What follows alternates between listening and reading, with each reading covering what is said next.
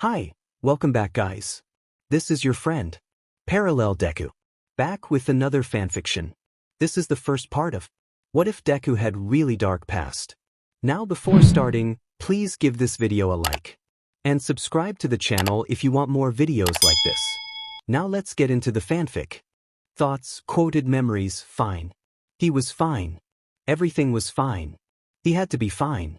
It's what everyone expected of him, after all. But he wasn't fine. He wasn't the class sunshine, he wasn't happy or even okay, and he most certainly was not Deku like you can do it. No, Izuku Midoriya was a broken shell of a boy, just your normal useless, worthless Deku. Not that anyone ever noticed. That's why he's here, smiling faintly as he looks at the Christmas decorations in the park. He is thankful that no one is around making him hide his true feelings. Hide his intentions for tonight. Because tonight, while everyone rings in the new year with their loved ones, he will give them the greatest gift he can. The gift of not being bothered, of silence, and of him no longer being a burden on everyone. His classmates, they will get to soar without him holding them back. They won't have the target on their back because of him. No, he's giving them the chance to succeed in ways they wouldn't otherwise. Because all he has ever done was take away precious time, resources, and space. Izuku stopped walking in front of a dark alley and turned to look at you. In the distance. He had chosen this spot for a reason. He knew that the cameras from the school couldn't pick him up from here. But he also knew it gave the best view for him so he could see the place that has been most like a home to him. Giving a soft smile, Izuku gave a slight wave to the building. Thank you for giving me a chance, for letting me dream a little bit longer. I apologize for wasting so much of the teacher's time and for being so selfish. Most importantly, thank you for giving me a glimpse at a world that is so different from my own. Turning back to the alley, Izuku walked down to the end, where a wall cut off his path. Izuku let himself fall into the pile of trash bags that lined one side of the alley, a small laugh escaping him at the irony. Not quite gutter trash, but still where I belong. After moving around to get as comfortable as possible, Izuku reaches into his backpack and pulls out a utility knife. Taking a deep breath to steady himself, he presses the blade to his wrist, finally letting go of the memories haunting him. Deku means someone who can't do anything. A thin horizontal gash appears going from one side of Izuku's wrist to the other. He pauses for a moment, watching the BLD start to pool at the top of the cut before running over the edges of his arm. A genuine smile spread across his face. I did it. Moving the blade up a little bit, he continues what he set out to do. There's no hope for him. I'm sorry, Izuku. I'm so sorry. Without power, can one become a hero? No, I should think not. It's not wrong to dream, however, you need to be realistic. Ill-suited vessel. You should know your place, useless Deku. Beneath my feet. Completely irrational when you consider someone like you got in. Inconvenience to those around you. You're nothing but a liability. Worthless, quirkless wonder. You want to be a hero so bad. If you think you'll have a quirk in your next life, go take a swan dive off the roof. Izuku moves the blade up his arm till each forearm has half a dozen gashes. Letting the blade slip from his fingers, Izuku leans his head back to look up at the sky. Well, Kaken, it's not a roof, but it'll work. His smile never fades as he closes his eyes, at peace for the first time in a long time. Eraserhead, also known as Shoyuda Aizawa, enjoys his patrols. He enjoys swinging from rooftop to rooftop using his capture weapon. He enjoys taking down the bad guys and likes saving people just because they need it. He enjoys the freedom and the calm that being out in the night air never fails to bring him. Not that he would ever admit that to anyone. Tonight's patrol had been a good one. There had been no significant villains. He had got to fight a couple of muggers, deal with some drunks, and help people that truly needed help. The whole reason that he decided to become a hero. All in all, it was a good night. Nothing too significant, but enough excitement that he didn't have a dull patrol. Nearing the end of his shift, Shoyuda found himself perching on a roof ledge, just listening. There was a noise that he kept hearing. The sound of something being shifted, and there it was again. It could just be an animal, but his instincts still tell him to go check it out, even if that is the case. He's not about to ignore them. They've saved his life too many times. Tossing his capture weapon out to swing to another roof, he hears the sound again, followed by a broken voice slurring their words together. Well, Kaken, it's not a roof, but it'll work. And doesn't that just make his heart shatter? Because of the implications of that and that name, they make his stomach revolt. Even as he drops down into the alleyway from which the voice came. Surveying his surroundings, Shoyuta immediately notes that short, ill-bred breaths are coming from somewhere in front of him. Other than that, no one else is in the alley with them. Taking that for what it is, Shoyuta walks towards the breathing, eyes narrowing as he sees the diminutive form of a child lying among the bags of trash. As he approaches the prone figure, he pulls out his flashlight. He shines it at the wall near the kid, allowing the space to be illuminated while not having to worry about accidentally blinding the kid. Now that there is enough light to see the child, it confirms his suspicions from hearing those broken words. There lying among the trash, looking so incredibly small, is Izuku Midoriya, his problem child. At first glance, the half a dozen cuts going up each of his forearms are the worst part of his appearance. Not wasting any more time, Shoyuta quickly grabs the gauze and some medical tape out of his utility belt. That done, he sets about wrapping the kid's wrist to try and slow the bleeding. Hey kid, can you hear me? No response. Even as he gently shakes him. Midoriya. Refusing to let himself panic at the lack of a response, Shoyuta checks the boy's pulse. He allows a sharp, almost relieved exhale to escape him because as weak as the pulse may be, it's still there. His problem child is still alive. Taking in the rest of the greenette's appearance, Shoyuta quickly checks for any other wounds. Then using one end of his capture weapon to wrap around the boy's frame, he secures his limbs to his body in case he goes into shock. Preventative measures complete, Shoyuta pulls out his phone and shares his location with emergency services. Before promptly inputting the code requesting an ambulance and his hero ID number for confirmation. That done, he resumes monitoring Midoriya's pulse and breathing. Keeping one hand on the problem child, he lifts his phone back up and calls the one person he knows that can support him through this. Hey Sho. Happy New Year. All done with patrol. Zashi, stop. Please. I know it's a lot to ask, but can you meet me at Muzutafu General Hospital? What's going on? Are you hurt? The sound of keys jingling in the background of their conversation brings a small measure of relief to Shoyuta. I'm leaving now. I'll let Toshi and Nem know on the way. Hizashi. Breathe.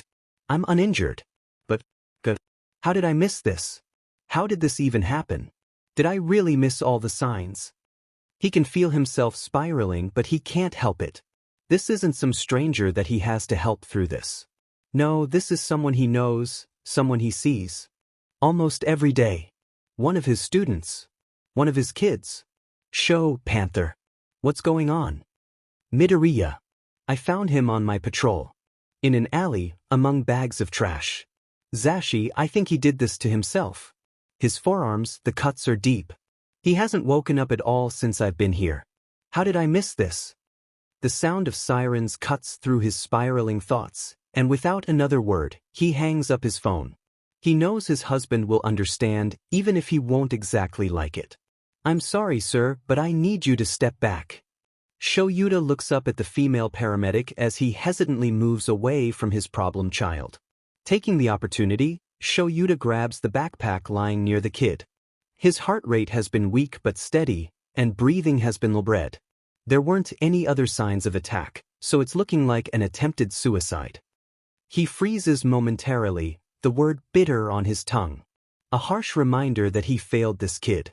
The woman doesn't bother to look up, instead focusing on helping her partner by applying the tourniquet to the kid's arms just above the elbow. I assume you want to ride with Eraserhead. Yeah. Looking over at her partner, the woman nods as they get Izuku loaded onto the gurney and strap him down. Seeing that he's strapped in and not a danger to himself should he go into shock, Shota unwraps his capture weapon from around the boy. Once done, the paramedics rush down the alley and quickly load Izuku into the back of the ambulance. Shoyuta following not far behind them. Getting in the back, he watches as one of the paramedics shuts the door from the outside. Inside the ambulance, things were becoming strained. The woman was thankfully busy getting into Izuku to give him fluids while also monitoring his vitals. However, that left Shoyuta alone to his thoughts, and all he could think about was how small and pale the kid looked. "How far are we?" Shoyuta demanded after a few terse moments. "We aren't far and should be arriving in just a few moments. Upon arrival, he'll be taken back immediately. They've been alerted and are just waiting for us." The woman gives him an understanding smile before turning back to the monitors. Thoughts arriving at the hospital, Izuku is immediately rushed back into the emergency room by some nurses and orderlies, leaving Shoyuta alone in the entryway. "Sir." Shoyuta looks away from the double doors that his student disappeared behind and to the person speaking. He doesn't bother with a verbal response, knowing that if he waits, they will eventually continue talking. "We need you to fill out some forms while you wait. Would you like me to direct you to the waiting room?" Giving a non-committal shrug, Shoyuta follows the nurse to the waiting area.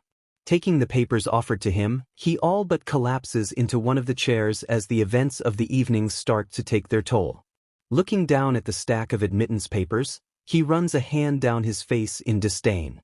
After a short battle where he tries to will the documents to completion to no avail, he ends up sighing in defeat as he lets himself get distracted by the work in front of him. He doesn't know how long he's been sitting there filling out the paperwork before a to-go cup is held just above the papers, directly in his line of sight. Pausing in his writing, Shoyuta notes that it's been long enough for his hand to cramp up, and he has to flex his fingers a moment. As he reaches for the cup, he allows his eyes to follow the other arm until tired onyx eyes meet worried chartreuse. "Thought you could use a pick-me-up." Shoyuta doesn't bother to hide the small smile that appears from his husband. It has already been a long night, and it's starting to look like there will be no end in sight. That means they can both use any little bit of happiness they can find to get through this. "Thanks for this, Zashi," and even though he lifts the coffee cup, he knows his partner understands what he means. That he's thanking him for dropping everything just to come and support him as he waits. Hizashi shoots Shoyuta a fond grin before snatching the papers out of his lap. "How many more do we need to do?" Taking a drink of his coffee before replying, Shoyuta sighs, "Just need to finish up the top one there." Hizashi looks down at the top paper, scanning it before he finishes filling it out, making sure to adjust his handwriting for it to look like shoulda scrawl. "I'm going to go turn these in. You take a few to relax, then you can talk to me when I get back." As he walks past where Shoyuta is sitting, he purposely bumps his husband's shoulder with a fist before continuing on his way down the hall. Walking up to the intake desk, Hizashi hands the forms to the nurse while flashing his most disarming smile. "Has there been any update on Izuku Midoriya?" The nurse turns a brilliant shade of red before turning to face the computer screen while stammering, "Sorry, sir. He's still in surgery." Hizashi's smile turns into a sly grin at the stammering, "All right, thank you." Turning on his heel, he walks down the hall to where he knows Shoyuta is waiting. When he is sure he is out of hearing range, he laughs at the interaction. "What did you do?" Hizashi looks over at his tired husband while letting a cheeky grin spread across his face. "Me. All I did was return the forms." "I don't believe you for a minute, Hizashi." Snickering, Hizashi places a hand on his chest, feigning an injury. "Really, I'm hurt." But in all seriousness, all I did was flash the nurse a smile and try to get information on the green bean. By the way, he's still in surgery. Shoyuta pinches the bridge of his nose, not bothering to look up at his husband. "You're as bad as my class." "Hey now. That's just rude." Hizashi squawks indignantly while moving closer and taking a seat beside the other man. "Feeling a bit better, grumpy cat?" Shoyuta leans forward, placing his face in his hands. "Not really, but thanks, Songbird. This whole thing is so messed up. If you had seen him. He's so small. Why would he do this? He's just a kid. I don't understand any of this." His voice softens as he starts to break. How did I fail this badly?" Leaning forward onto clasped hands, Hizashi moves his leg to bump against Shuta's in a discreet form of support. "You didn't fail, Sho. You found him when he needed you most. As for the why, well, that's something we'll hopefully be able to find out. Now, why don't you get some rest? I'll wake you when a nurse or doctor comes. Shoyuta looks at Hizashi, and as much as he wants to argue that he doesn't need to rest, his eyes are burning. Leaning back in his chair again, he closes his eyes to try and take the blonde's advice. Hizashi watches Shoyuta for a few to make sure he's actually going to do as he suggested before pulling out his phone to respond to work emails. All they could do now was wait. He hated waiting. Soon an hour had gone by, then another hour came and went without them hearing anything. Hizashi shifted quietly in his seat impatiently. No news is good news. They haven't come to tell us anything, so he's still holding on. He's still fighting. Another hour came and went. The only good thing about this wait is that I am getting some work done, and Shoyuta is catching up on some sleep. Hizashi sighed as he stared up at the ceiling. Just before the 4-hour mark, a doctor walks up to them. "Excuse me. Are you here for Midoriya?" Hizashi nearly jumps out of his chair at the voice. Glancing around, his eyes settled on the doctor. "One moment, I'm sorry." He turns his attention to Shoyuta and lightly shakes his shoulder. "Eraser, the doctor's here." Shoyuta is immediately up on his feet, staring at the doctor. "How is he?" The doctor shakes his head, taking a step back out of instinct from the other men's reactions. "Are you both his guardians?" "Acting guardians, he attends UA. I'm his homeroom teacher and the hero that found him."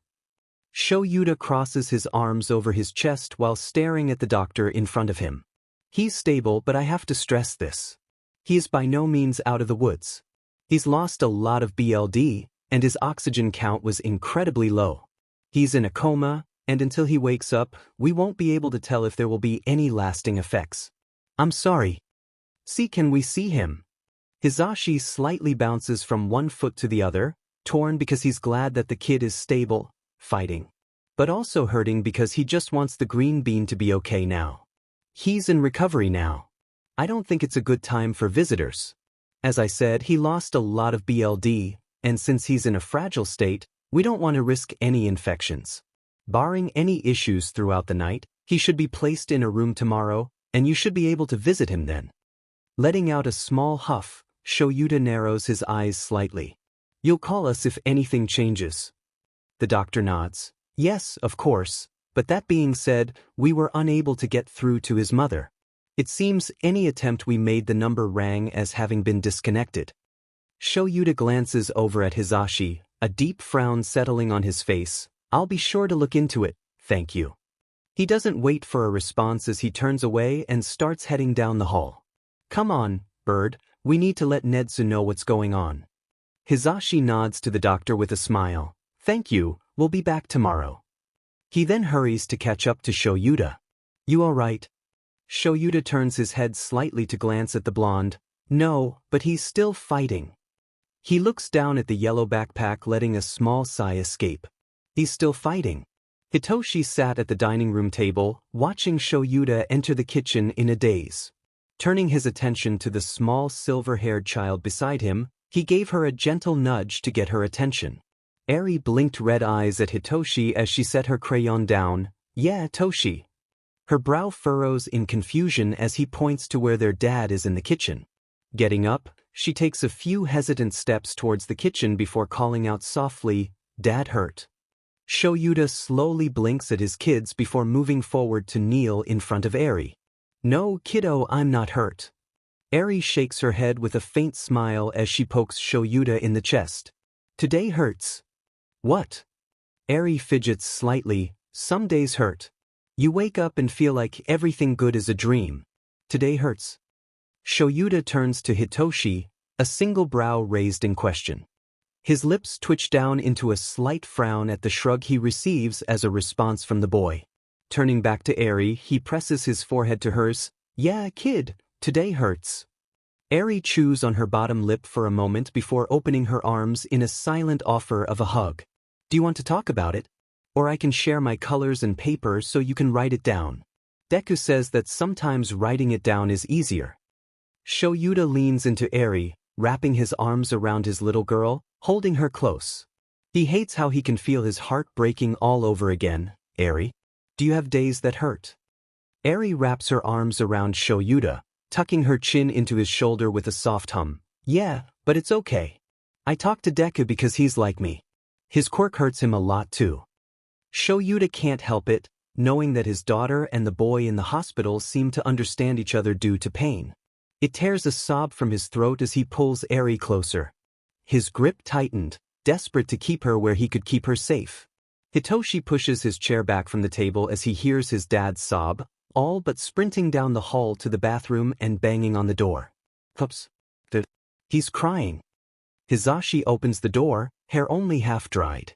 He pauses briefly to give Hitoshi a hug before hurrying down the hall to the dining room. His heart dropped at the scene in the archway where the dining room and kitchen meet.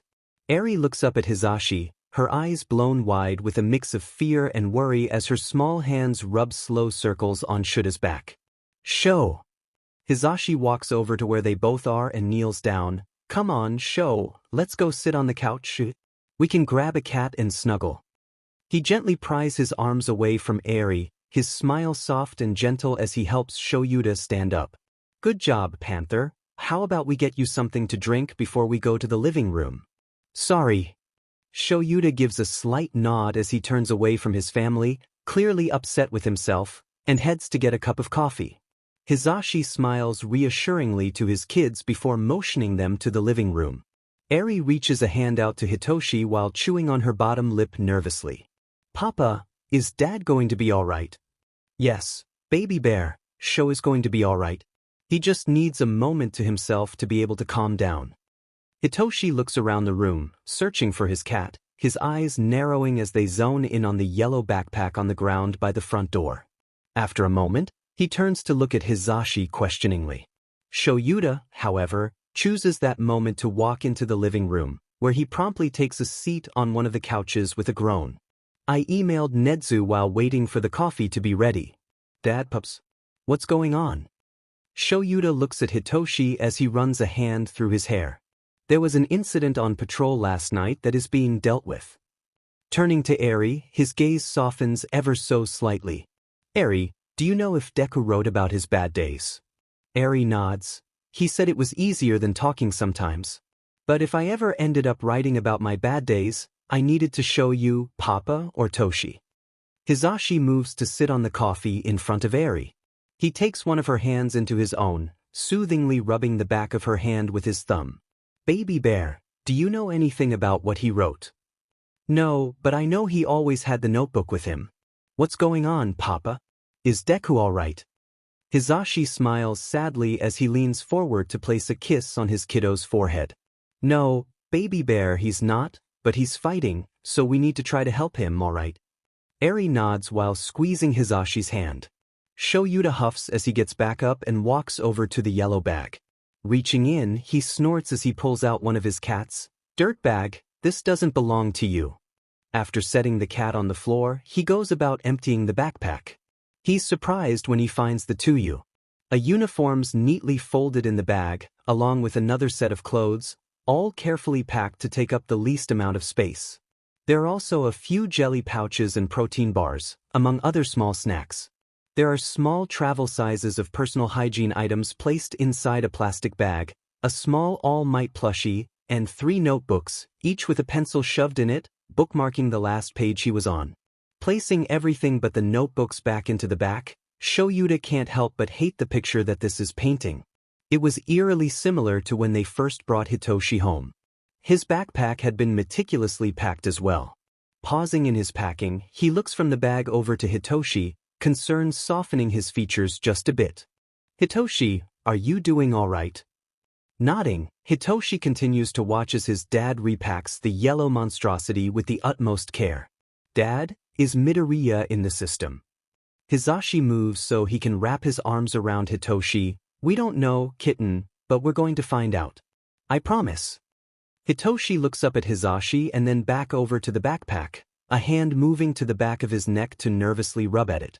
If he is, you will make sure he's safe, right? Of course we will. You don't have to worry about that. Hizashi flashes his son a bright grin. Shoyuta nods his agreement before looking down at the 3 titled notebooks in his hands. Hero Analysis number 13, Villain Analysis number 5, and analysis of me no. Taking the notebooks with him, he walks back to the couch to sit back down.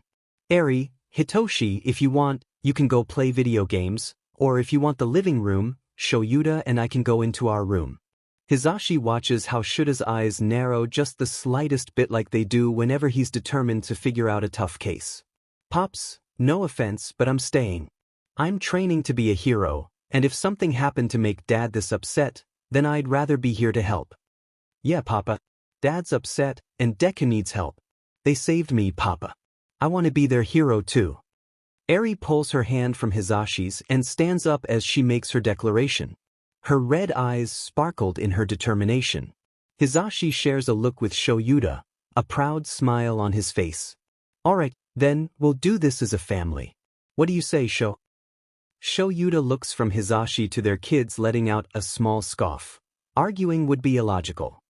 That being said, it doesn't stop him from tilting his head just slightly so that his hair falls to hide his face and, consequently, the small amount of pink dusting his cheeks from embarrassment.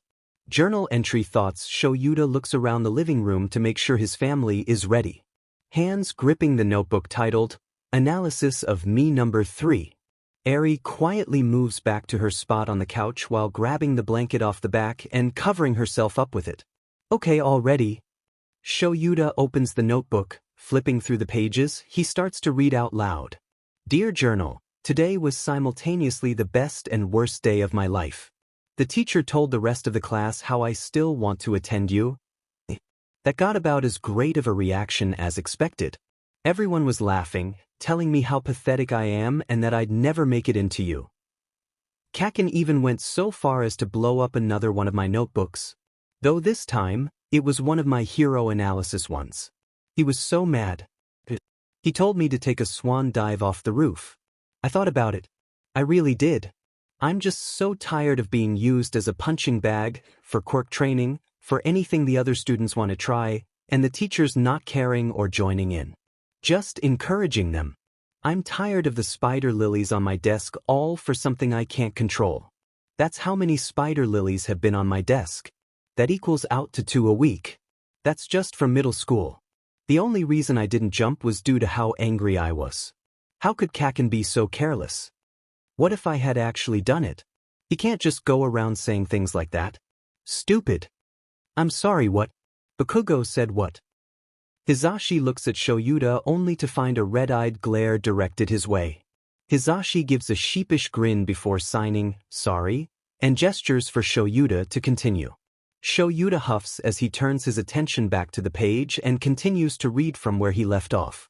Anyways, while walking home, I got attacked by a sludge villain. He forced himself down my throat, and I was suffocating. It hurt so much that I could feel my lungs burning as he talked to me. He told me it would only take about 45 seconds, then it would all be over. But All Might showed up and he saved me. How cool is that? He even gave me an autograph without me asking. But then I did something stupid. I don't remember what led me to do it. Maybe I was still suffering from the lack of oxygen. I'm not entirely sure, but I grabbed hold of All Might's leg as he jumped. Then he was stupid. He told me to let go while we were in the air, so I had to remind him that it was dangerous at that point for me to let go. First the sludge monster and then All Might tried to kick him off in midair. Why was All Might so mean to him? Arie hugs the blanket tighter to her, clearly not liking how her hero was treated. When we landed on a rooftop, I asked All Might if someone without a quirk could be a hero. All Might, he turned into this shriveled up, sickly man. He told me about a battle he had 5 years ago and showed me the injury he has on his side. After all that, he answered me. He told me, without power, can one become a hero? No, I should think not. That, it's not wrong to dream, however, you need to be realistic. Then he left me alone on that DMN roof. Do you know what Isuku is? I knew it wasn't realistic. That's why I tried so DMN hard. Why I started the notebooks. Because I knew that I had to work harder than anyone else. That, realistically speaking, nothing I tried to become would be realistic because I'm quirkless. The only real future for us is to end up a statistic as another one of us ends our otherwise never-ending torment. Oh shit. Why's All Might such a D-dash? Who let him become a teacher? Language Hitoshi. Hizashi lightly scolds. Yeah, sorry pops. Are you about finished so that I can continue to read? I'd like to get through at least one entry before I go to the hospital to check on the problem child. Shoyuta levels a look at his son and husband before turning his attention back to the notebook. I was going to do it too. Jump from that ledge. After all, my idol just told me my dreams weren't realistic and I didn't have a chance. That everyone had been right. But then I heard the explosions. So I ran. I don't even remember getting down from the roof. I only remember running and seeing Kaken with the sludge villain trying to suffocate him like he did me. All the heroes were just standing there, complaining that they didn't have the right quirk. They were going to let him die by that villain without even trying. It was my fault anyway, so I rushed in since no one else was acting. I threw my bag at him, giving Kaken enough of a break so he could get a breath. Then All Might be there and able to save him. The other heroes praised Kaken for being brave while fighting for his life, while I got scolded. Typical. Why would I expect anything less? I know it was reckless, but I couldn't just stand there and let him die like they were planning on doing. They were supposed to be the heroes that save people. When I continued home, All Might somehow found me and told me how I encouraged him to act. That I could be a hero too. It's all I've ever wanted to hear from someone. Anyone. Finally, someone told me I could do it. Then he told me how his quirk could be passed down and that he wanted me to be his successor. But I have to train first. So All Might is going to have me clean Dagoba Beach's training, and I have to get it clean before the U.A. entrance exam in 10 months. Shuda's hands tighten on the book, his eyes flashing crimson as his hair starts to levitate. Idiot. What kind of person thinks that cleaning a beach is training? Especially enough training to try for the hero exam. It's no wonder the kid kept breaking bones. I would have expelled him if it wasn't for the apprehension test. The only thing that kept me from doing so was the fact that he had the drive to do better. On a different note, if All Might knew about all of this, why wasn't I informed? He was said, and well, justifiably so. Hizashi looks over at Shoyuta, tears in his eyes. The green bean, he almost died 3 times in that entry. Did All Might even think to have him checked out after the sludge villain incident? Shoyuta looks over at his husband with a shake of his head. I don't know, Zashi, I don't know. Hitoshi sits ramrod straight, face pale as realization slowly sinks in. I think I'm going to be sick. Hizashi looks at Hitoshi worriedly. What's wrong? At the sports festival, I told Midoriya that he didn't understand what it was like to be at a disadvantage. Since he had been blessed with a heroic quirk, it would be easy for him to reach his goal. When in reality he suffered more than I did. It's one thing to have a villain's quirk and be treated like CRP, but to not have a quirk at all, you're considered worse than dirt in today's society. Arie stands up, her hands on her hips. That's not true. Deku is a hero. My hero doesn't deserve for people to think less of him. No one deserves that. Hizashi pulls Arie into his arms, nuzzling the top of her head. Baby bear, it's all right. No one in here thinks less of Deku. Remember, we all want to help him. That being said, why don't you get your shoes on so that we can all go visit? Yeah. Grumpy Cat will bring the notebook so we can keep reading while we wait. Arie nods and moves to go get her shoes on. Hizashi takes the opportunity to get up and pulls his hair into a messy bun. Careful to make the frizz from the air-dried side of his head look intentional and not just him having a bad hair day. Hitoshi, you didn't know, and that's part of the sports festival. Whether you knew that or not, holding back would have been illogical. There will be battles where saying just the right or wrong thing will save your or someone else's life. Hitoshi looks up at Shoyuta from where he's still seated and gives a nod of understanding before getting up to put his shoes on. Shoyuta runs his hand through his hair while letting out a heavy sigh. He makes sure to grab his yellow sleeping bag with his free hand before heading out the door. Might as well take a nap when I can. Arie grasps Hitoshi's hand as they walk into the hospital. Her breathing quickened as she started to search the room in a panic. Hitoshi looks down at his sister and gives her hand a light squeeze before kneeling beside her. Want to go with me to the gift shop? Arie nods quickly as she reaches out to hold on to the hem of Hitoshi's shirt, clearly afraid of being left there. I'm taking Arie to the gift shop. Hitoshi doesn't bother to wait for a response before he turns and walks to the shop off to the side of the entrance. His pace is intentionally slow so that Arie can keep up without stumbling. Shoyuta watches the kids go before turning his tired gaze back to Hizashi. You going to find out if we can see him, or are you just going to stand there? Hizashi shoots Shoyuta a pair of finger guns with a grin. I'll go ask. Shoyuta closes his eyes for a moment as he resists the urge to roll them at the blonde's actions. Opening his eyes back up, he walks away from the desk and heads to the gift shop to keep an eye on his kids. Hizashi walks up to the nurse's desk with a bright smile. I'm here to see Izuku Midoriya. Yes, one moment. The nurse turns to the computer screen, typing rapidly. After a moment, she turns back to Hizashi. I'm sorry, but Midoriya was moved to the hero ward, so he is unable to have visitors. Hizashi reaches into his pocket and pulls out his hero license, which he then hands over to the nurse.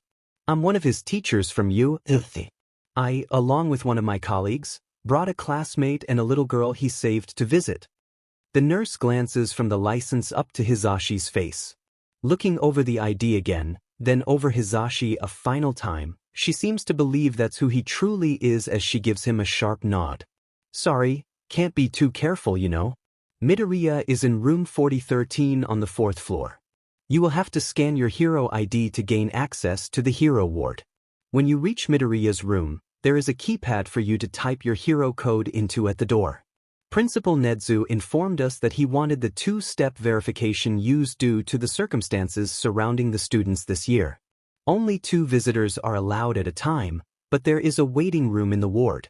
Also, visiting hours run from 9 a.m. to 8 p.m. every day unless directed by a member of our staff, or should a guardian or the patient decide otherwise. Thank you for your time and diligence. Hizashi gives the nurse a bright smile before walking to the gift shop and poking his head in. Everyone Arie. Dysprosium. Stumbling on his words, he lets out a guffaw at the scene in front of him. Arie has managed to get no less than 8 balloons tied to Shuta's wrists, and in his arms is a white teddy bear that is bigger than the girl herself. Hitoshi seems to be even worse off as he is holding an arm full of thankfully potted flowers. In his hair nestles a small brown cat plush, and he has ribbons tied to his wrists. Arie honey, do you think we have enough? The girl in question looks from Hitoshi to Shoyuta before turning to look at the single card in her hand before she nods. Yeah, I think we're ready. Hizashi grins as he catches a glimpse of his husband's eyes glowing red in his annoyance as he walks to the checkout. Handing over his debit card, he doesn't even ask the price. He really doesn't want to know how much this kid just spent in a gift shop of all places. Walking back over to the little group, he picks up Shuta's discarded sleeping bag and the notebook that rests on top of it with a smile. Shoyuta walks out of the gift shop and leads his family to the elevators. Arie, push the button. Arie takes a nervous step forward and presses the up button on the elevator. She steps aside as soon as one of the doors opens with a ding, going back to Hizashi's side. Loading up into the elevator, Shoyuta glares as someone approaches, trying to get on the elevator with them. Hitoshi barely manages to shift the flowers around, so he has a free hand to push the close door button after selecting which floor they need. You both are so bad. There was plenty of room for that person to ride with us. Hizashi lightly scolds the other 2 males, though it's half-hearted at best since he can't stop smiling. Shut up, Bert. Hizashi lets out a squawk of indignation just as the doors open to their floor.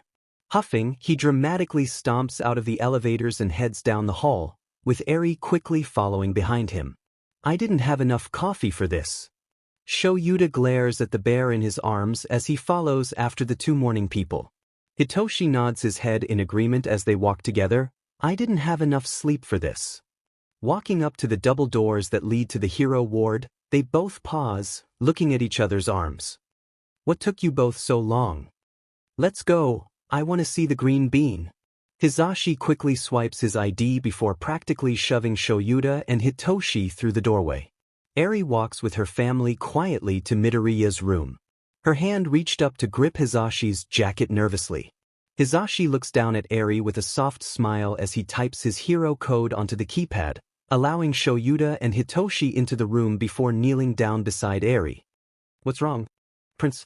Is Deku really going to be okay? Hizashi lets out a soft sigh as he sets the sleeping bag and journal down.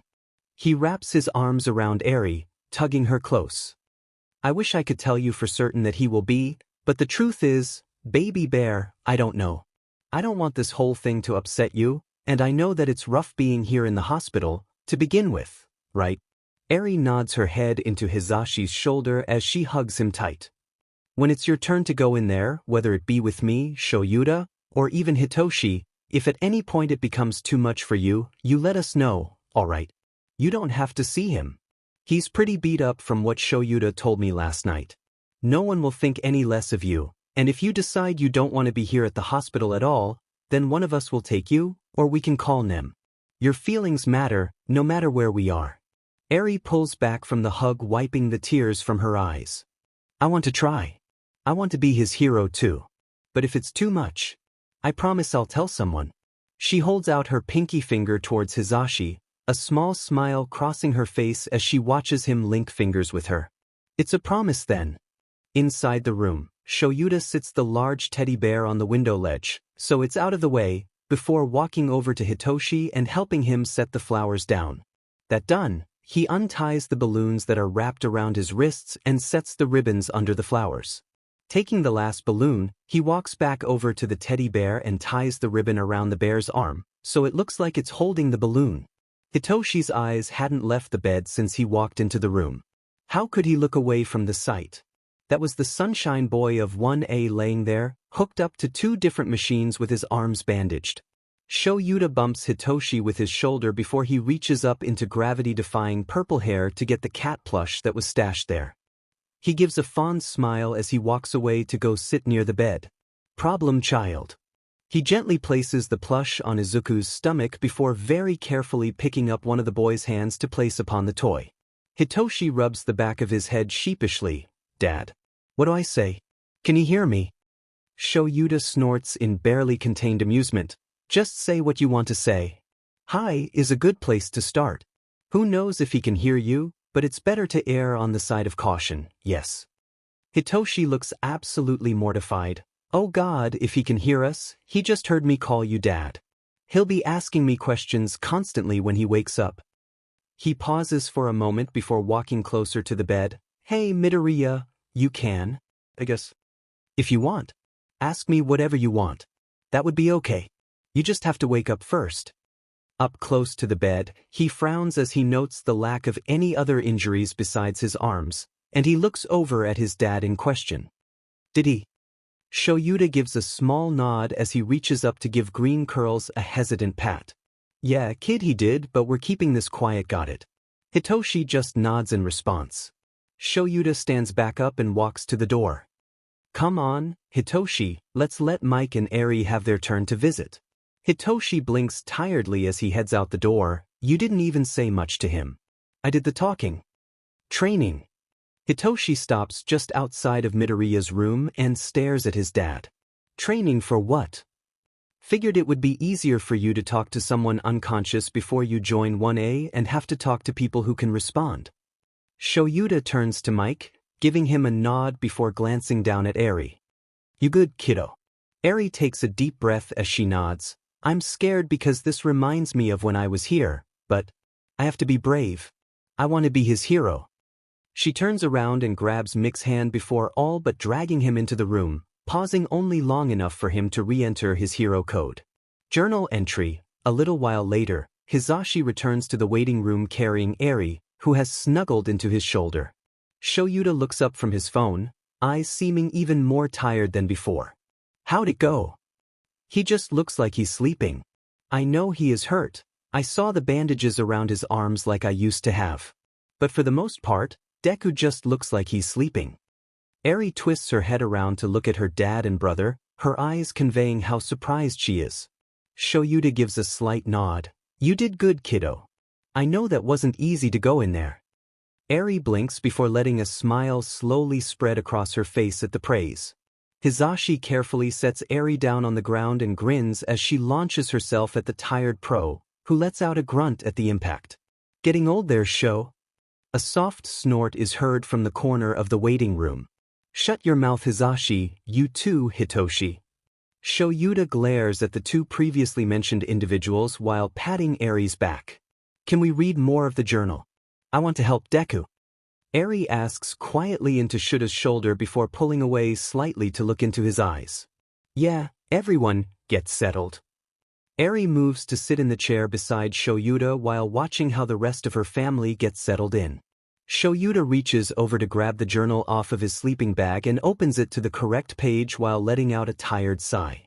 Dear journal, my limbs hurt so bad. I've been hauling tires, shelving units, refrigerators, and pretty much everything else for about 4 months now. All Might keeps reminding me that a quirkless person can't get into you, let alone into heroics. But I'm so tired. Trying to clean the beach, follow the schedule he's created, do schoolwork, and still work on my analysis while being injured is too much. The kids and the teachers at school are getting worse. If I score above 80% on anything, the teachers rip up my work, marking it as incomplete. Today one of the teachers told me, cheating is unacceptable even from a worthless problem child like you. I wasn't cheating though. I just like to learn. Shoyuta says in a breath as he silently rereads what the teacher told Izuku. His grip loosened on the book, causing it to fall to the ground. Hizashi quickly moves to kneel in front of Shoyuta, hand reaching out to pick up the journal before he offers it back to the other man with a sad smile. But it's not your fault. Shoyuta glares at Hizashi, practically hissing, how can you say that, Hizashi? That's what I've called him since the beginning of school. I've called him that to his face since work studies. How often did I trigger him by calling him a problem child? Standing up, Shoyuta brushes past his husband. Don't tell me it's not my fault when you don't know that. None of us do. Even if it's not, I sure as hell contributed to it. He lets out a frustrated groan as he walks past his kids, heading down the hallway to try and clear his head. Hizashi sighs as he stands back up and takes Shuta's seat, giving a quick ruffle to Arie's hair as he glances at Hitoshi. You both still good to continue? Getting a nod from both his kids, Hizashi opens the journal back up to continue where they left off. The kids are being encouraged to use their quirks on me more. Apparently, it's training for them. Since I can't do anything helpful, I'm supposed to show my usefulness by being a training dummy so that the rest of the kids can get stronger. Kakin left burns on my shoulders, and the nurse won't treat them. Told me to stop instigating things, then maybe your peers won't use their quirks on you.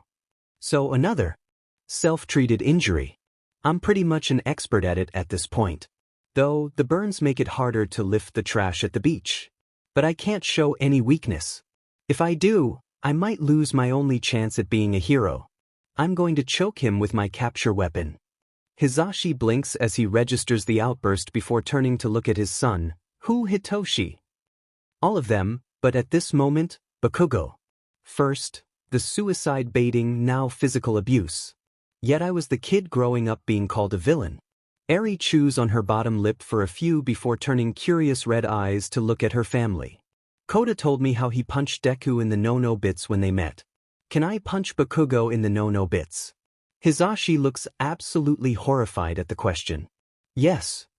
Hitoshi can't help but take advantage of their pop's shock as a Cheshire grin slides across his face while he moves to sit in front of Arie. Do you remember how to throw a punch? We wanted to hurt him, but not you, right? Arie nods enthusiastically as she brings her right hand up, curling her fingers and then placing her thumb on top of them. Like this.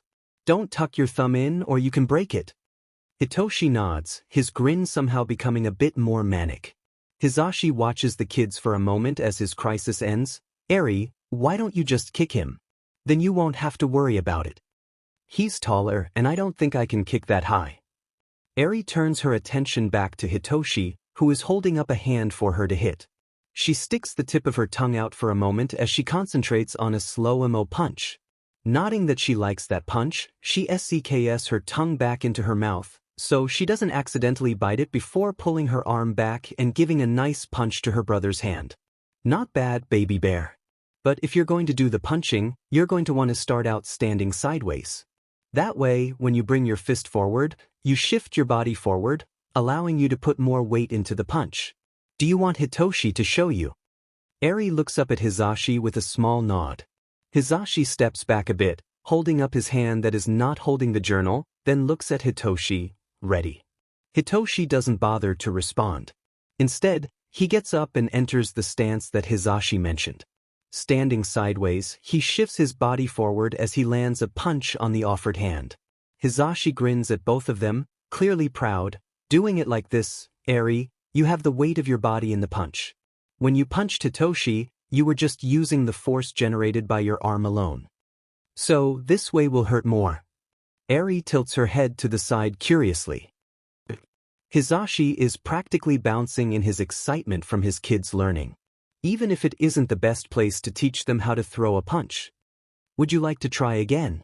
Arie almost leaps to a standing position in her excitement. Yes, please. Hisashi laughs as he walks over to Arie. He patiently guides her through the proper stance and movements while Hitoshi moves to kneel in front of Arie again. This time with both hands held up together to give her a bigger target and to keep her from accidentally hitting him in the face. After a few practice movements with Hisashi, Arie takes a deep calming breath before going through the motions on her own and landing a punch to the center of Hitoshi's hands. Hitoshi moves his hands, slightly shaking them in surprise at the sting in them from the hit. His Cheshire grin spread out across his face again. Good job. That was great, baby bear. I'm so proud of you. Arie bounces happily, a small happy giggle escaping as she does. Thoughts the darkness around him was everywhere. So thick that it seemed almost tangible, like a heavy pressure pressing against his body. In the distance, Izuku could hear heavy breathing with occasional beeps. The sounds are the only thing keeping him grounded in the never-ending nothingness. Occasionally he could hear the distant voices of people talking. Still, they were always too far away that he didn't know who they belonged to. He seemed to tire himself out more as he listened for too long. But something deep inside was telling him that he needed to identify the voices. Is it possible for you to be tired when you're dead? Maybe that's where that saying about sleeping when you're dead came from. But then why could he hear? Was he a ghost? That would be his luck. Trying to get away from it all only to end up stuck here instead. There it was again. The low chatter of voices, but they are not distinguished enough for him to make out who they belong to or what is being said. Looking around, Izuku tried to locate where the voices originated, only to fail. How could this even happen? I don't know who I'm more mad at, the kid or everyone else in his life. The bald-haired man grumps at the others around him in the old ruins. That's enough, Fifth. We've seen the torment that Ninth has gone through and continues to do so. A man with white hair folds his hands and rests his chin on them as he looks around at the other one for all users with him. I told you first that he was not the right fit to be a successor. How is he going to defeat all for one and save everyone when he can't even save himself? The white-haired man known as First gives a soft smile to the man with his hair pulled up into a spiky ponytail. How can we expect him to save himself? Lest you forget, I was dying when you and Second decided to save me instead of killing me because of my ties to All for One. I didn't save myself. Which then presents the question, why has no one saved Ninth? The only woman in the group looks around at the other users before focusing on the smoky form of the 8th user. A frown slips into place as she watches it shrink back. It's a bit late now, 7th. All we can do is hope that 9th recovers. That Eraserhead was able to get there in time to truly save him. First replies. Worthless problem child. Problem child? I'm no better than his past teachers. Shoyuta huffs as he walks down the hall, coming to a stop in front of Midoriya's room. After a moment of deliberation, he enters his hero code and heads inside. Just me, Pierre Midoriya. Shoyuta walks over to the chair beside the bed and takes a seat. How you holding up? Realizing what he just asked, Shoyuta tilts his head back slightly, glancing up towards the ceiling as he pinches the bridge of his nose. Sorry, kid, that was stupid. I'm no good at this. But I owe you an apology. Shoyuta reaches forward, carefully taking Izuku's hand closest to him into his own grip. A frown marring his features as he feels how bony and crooked the fingers are. I never meant problem child as an insult. I should have thought how that might come across to you. He shakes his head, his voice coming out a bit garbled until he clears his throat of the emotions threatening to break free. I should have seen the signs. As an underground hero, it's my job to be able to see those signs, and I failed you. Even when they were so obvious. The way you didn't like loud noises. How you tried to appear smaller when anyone was in a bad mood. How you always scan a room before you enter it.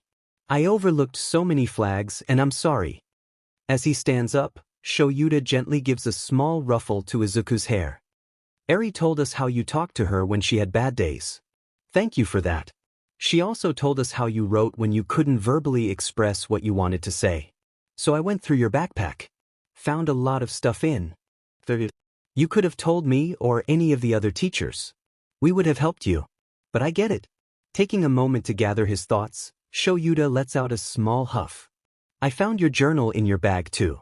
We're reading it. By we, I mean my family, not your classmates.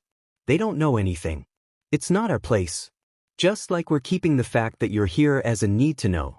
Shoyuta walks away from the bed with a sigh. I gotta go check on the idiots waiting and get in touch with Nedzu. I'll stop back by later.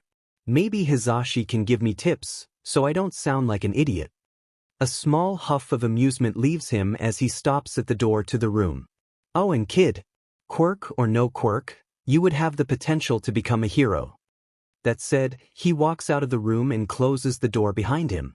Walking back to the waiting room, Shoyuta stops as he sees Hizashi bouncing. Letting out a grunt, he goes over and grabs his sleeping bag from the floor, then takes the journal from Hizashi before heading down the hall towards the exit. Let's go. We can come back later. Hizashi watches Shoyuta leave, then nods to Hitoshi and Arie. Come on, kiddos. You heard Sho. He flashes them both a bright smile as he follows after his husband. Journal entries separating entries. Shoyuta sits down with his family once they all arrive home. The day took an emotional toll on all of them. Shoyuta has joined Hizashi and Arie on one of their couches while Hitoshi lays on the floor, joining their cats in the sunspot coming in from the window. Shaking his head at the scene, he opens the journal and starts to read some of the other entries. I collapsed today. All Might scolded me for not following the plan he created for me. It's not like I meant to. His plan didn't account for the endurance and stealth training I had to do at school to avoid my peers. Nor does it account for the fact that I can't eat the way he wants me to. Mom only buys the bare minimum for the house, so it's kind of hit or miss whether I get regular meals or not. Oh well, just 3 more months till the entrance exam. Wait please. I think I'm going to need a stuffy before we continue. Arie gets up from her spot and quickly runs down the hall to her room to grab what she wants. When she returns to the living room a few minutes later, she has her arms filled with different stuffed animals. I thought maybe everyone could use one if we're already starting out sad. Arie says as she passes a Black Panther stuffed animal to Shoyuta, a golden retriever for Hizashi, a sloth for Hitoshi, and a snowy owl for herself. Once they are all passed out, she retakes her seat and nods to her dad to continue reading. Today was the U.S. physical exam, and I got to see so many heroes. There was so much that happened, like All Might made me eat a strand of hair before the exam right after I finished cleaning the beach. I got his quirk just in time to save a girl with a gravity quirk from being crushed by a robot. They call that robot a zero-pointer because it's not worth anything to defeat it. I didn't care about getting the points for that, I just wanted to save the girl. Using the quirk did cause me quite a bit of pain as I ended up breaking a lot of my bones. Guess that's technically better than all of my limbs getting completely blown off like All Might told me could happen. Because the quirk didn't manifest until almost the end of the exam, I didn't get a single point. So I failed. I couldn't get into just like everyone always said. I should have just listened to them years ago. I really am just a useless Deku. I guess good news does always come with bad news. Today I found out that I somehow got accepted to you. Apparently, there were rescue points, so I made it in. I'm not entirely sure about that, but regardless, I'm grateful. The bad news is Mom left. She said she found a place she likes and is moving out. She told me the apartment is paid up for another 4 months, but after that, I'll have to figure something out on my own. She says it has to be this way. She doesn't want to see me killed trying to chase an impossible dream. I don't understand. I thought things would be easier now that I have a quirk. But even having a quirk now, Mom doesn't want me. I know that technically I've been alone since that doctor told me I was quirkless, but she had still been here. So I could ignore not having friends or anyone on my side. But now I'm going to be completely alone. Today was the first day of school, and it was emotional, to say the least. Kaken is in my class again, and I'm pretty sure Mr. Aizawa hates me. So, not much change from middle school. The only difference was during the apprehension test, when the whole class had to use our quirks to show if we had potential. During that, Kaken got mad when he saw me use my quirk, and Mr. Aizawa didn't let him get close enough to use his quirk on me. That's never happened. I've never had a teacher stand up for me or protect me before. So that's a big difference compared to what I'm used to. Plus, I think I may have made friends. I'm not quite sure, and I don't want to get my hopes up. Usually, when people want to be my friend, it's just for a cruel joke. Hitoshi moves to snuggle Dirtbag with a frown. Tails. Yeah, kitten. Hizashi looks over at Hitoshi while giving him a soft, encouraging smile. Midder. Hitoshi paused. It didn't feel right calling him by his last name now, knowing that his mother abandoned him. Izuku. Do you think he really meant it? That he truly just wanted to be my friend? Hizashi gives a brief frown before his smile returns, though now it has the underlying notes of sadness hidden within. I don't think he'd joke about that, kitten. Especially with what your dad just read. He knew that feeling himself. So yeah, I think he really wanted to be your friend. Hitoshi squeezes the sloth plush close after he lets Dirtbag run, clearly not in the mood to be scratched. I'm so stupid. Shoyuta gets up, walks over to his son, and kneels beside him. You're not stupid. Mistakes were made. We all made them. Now we just have to learn and try to make a difference and make sure there's not another incident like this one again. Hitoshi nods slowly, knowing that he disagrees with what his dad is saying, but unable to argue because he knows. He knows that his dad is beating himself up over this whole mess as well, so he just leaves it alone and nuzzles into the stuffed animal. Shoyuta pinches the bridge of his nose as he pulls out his phone. I need to make a call that I've been putting off. I didn't want to talk to the rat, but knowing the real reason no one could get through to his mother's phone changed things. Zashi, you got the kids for a bit. I mean, it's not like we're a lot of work, I'm a teenager, and Arie isn't a baby.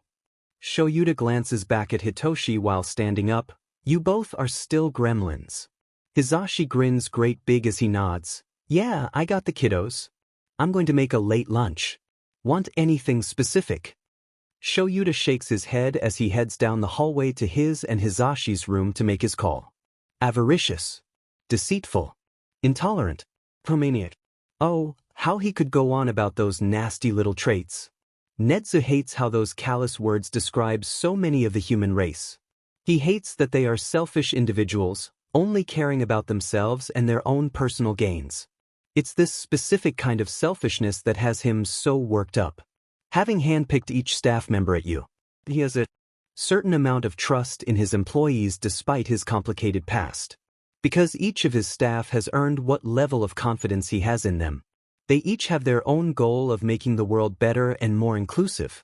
That's why the school system is so flexible in its teaching methods so that they can make that difference. An example of this is Aizawa's willingness to expel anyone if they lack potential. He would rather crush a child's dream leaving them hurt and angry than allow them to continue and foolishly get themselves or others killed. Due to the flexible teaching methods and the opportunity to make the changes they want, all his staff has a measure of trust in each other and in him as their boss. That usually translates over to the students. They get to see adults and not just heroes, all working together with a level of understanding that only stems from having earned each other's trust. This affects the student body, helping them learn to trust and rely on their classmates and, in most cases, learn to trust their teachers. So the fact that one of their students is in this position is enough to have him seething. Phantom pains lingering along the scar that runs through his eye are enough of a reminder from his time as an experiment. He expected to be approached by a specific member of his staff for help. He didn't expect looking into the past of one of his students to be enough for him to book an appointment with his own therapist. Leaning back in his chair, Netsu takes a sip of his tea while his black eyes gain a certain gleam as he watches the screen in front of him. Watches as Izuku is sat at the front of the class with a muzzle strapped around his head. His middle school uniform burnt, leaving behind angry red, starburst-shaped welts. The class faces the front with twisted glee as their teacher removes Izuku's shoes and socks. The teacher looks to the ground beside him, looking over the items. A torch lighter, a dull, rusty knife, bolt cutters, and a pair of fish skinning pliers. Mouth curving up into a snarl at the scene currently playing. Nezu nearly breaks his teacup as he slams it down in favor of picking up his phone. "Ah, Aizawa, I have that information you asked for ready. I was hoping that you would be able to have a bit of a chat with me soon. Perhaps over tea." "Splendid. I'll be anxiously awaiting your arrival. Oh, and Aizawa, I highly recommend that you leave your kids home for this." Nezu hangs up his phone, turning back to the footage just in time to see bloodied feet shoved roughly back into familiar red shoes. The green-haired boy now holding a small pile of flesh in one of his hands and in the other. Two tiny bones that have been cleaned meticulously. Arriving at the school about an hour later, Shoyuta and Hizashi made their way to Nezu's office, the door already open upon their arrival. Walking inside, Shoyuta immediately activated erasure as he looked around the room, his husband looking about a second away from his own wail of attack. Nezu glances up at his guests, teeth bared in a snarl before he seems to remember himself. Shaking his head, he motions to the prepared tea. "Please help yourselves. I must apologize for the nature of some of the information I have been able to gather has been less than ideal." Hair falling back around his shoulders as he lets go of his quirk, Shoyuta quickly treats his eyes with the eye drops he carries around with him. That seems to be an understatement if it can cause you to go almost feral. Hizashi walks over to get his tea and takes a seat as he tries to relax now that the tension has dispersed. "What got you so upset?" Nezu sets his teacup down to fold his hands in front of him.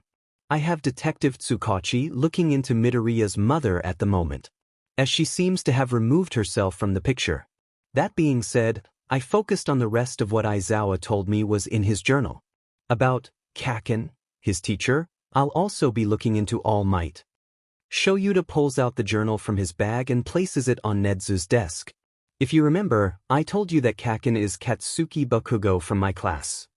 Nezu bares his teeth for a moment before grabbing the notebook and flipping through it. "Yes, I'm well aware. So what would you like to do?" "I want to know what prompts that reaction out of you at the mention of Bakugo's name," Hizashi states before taking a sip of his tea. Setting the notebook aside, Nezu looks over at his computer screen in disdain. "Let's just say the notebook is tame to some of the things I have borne witness to." "What do you mean by that?" Shoyuta narrows his eyes at his boss. "I happen to obtain access to one Aldra Middle School's security footage." Nezu takes a sip of his tea, letting the warmth soothe the anger building inside him again. "Are we really going to play coy?" Shoyuta huffed. "Show." Hizashi reaches over to place his hand on his husband's elbow to help keep him grounded. Shoyuta glares at his husband, but his body visibly relaxes. "What I'm saying is that Izuku Midoriya was, for lack of a better word, tortured throughout his middle school career. If you wish to see a copy of the footage, I will send it to your email, but I suggest you wait till you finish the notebook so you can see a bit of what he goes through now. Think of it as a way to prepare you for what you may see in the footage. Also, I must insist you not let your children watch the footage."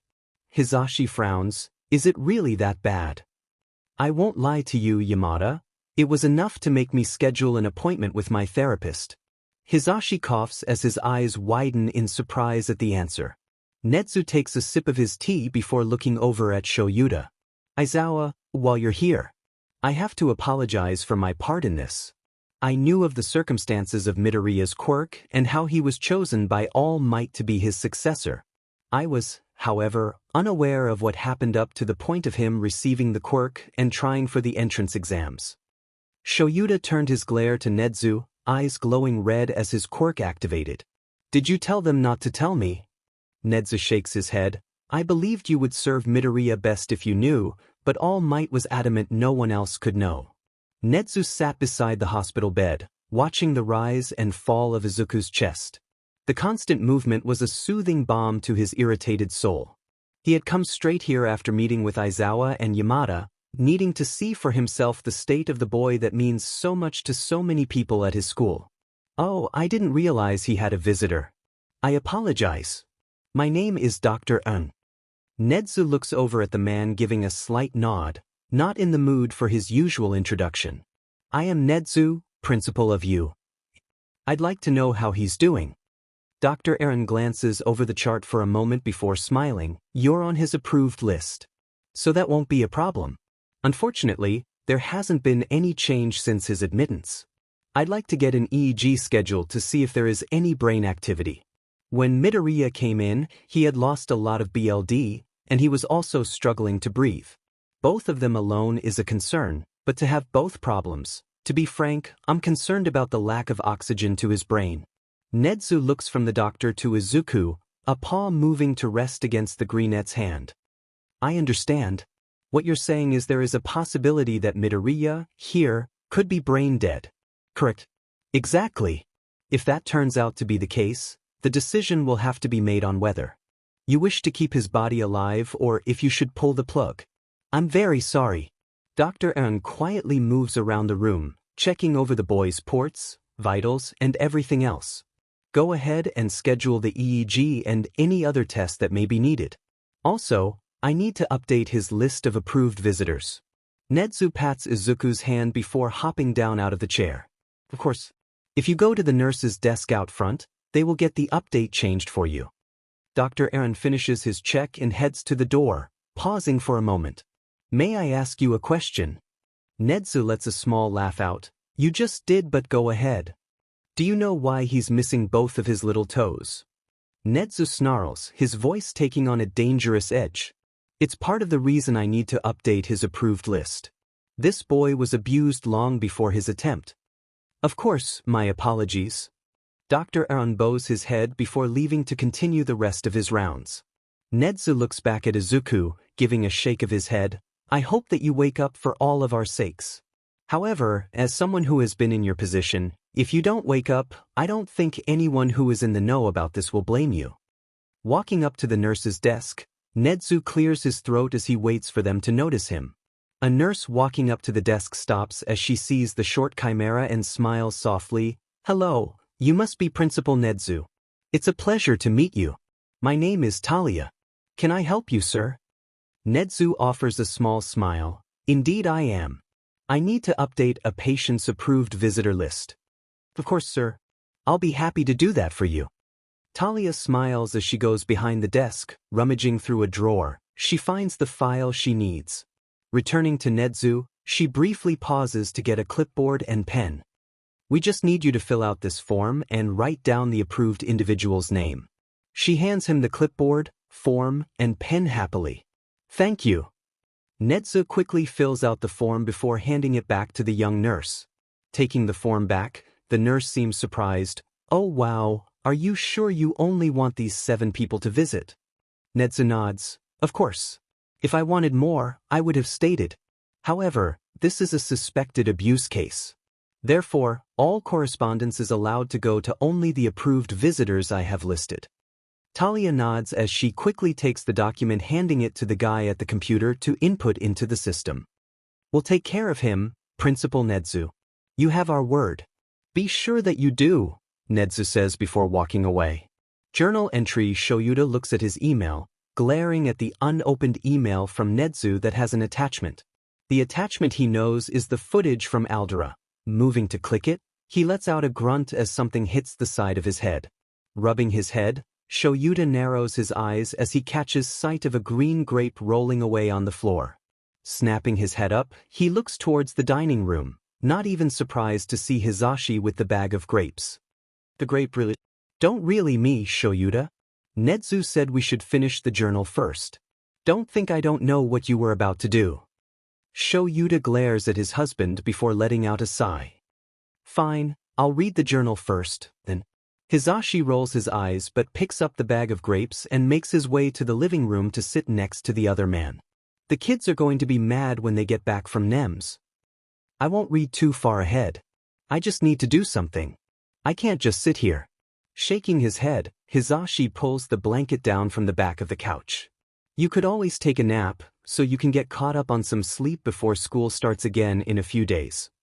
Shoyuta grunts but allows himself to be covered. Journal first, then nap. But you are not moving. Oh, I'm not. Shoyuta doesn't dignify him with a response as he moves around till he's sprawled out on the couch, his head lying in the blonde's lap. Hizashi huffs dramatically. That's not fair.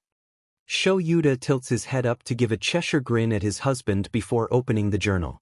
My ears won't stop ringing.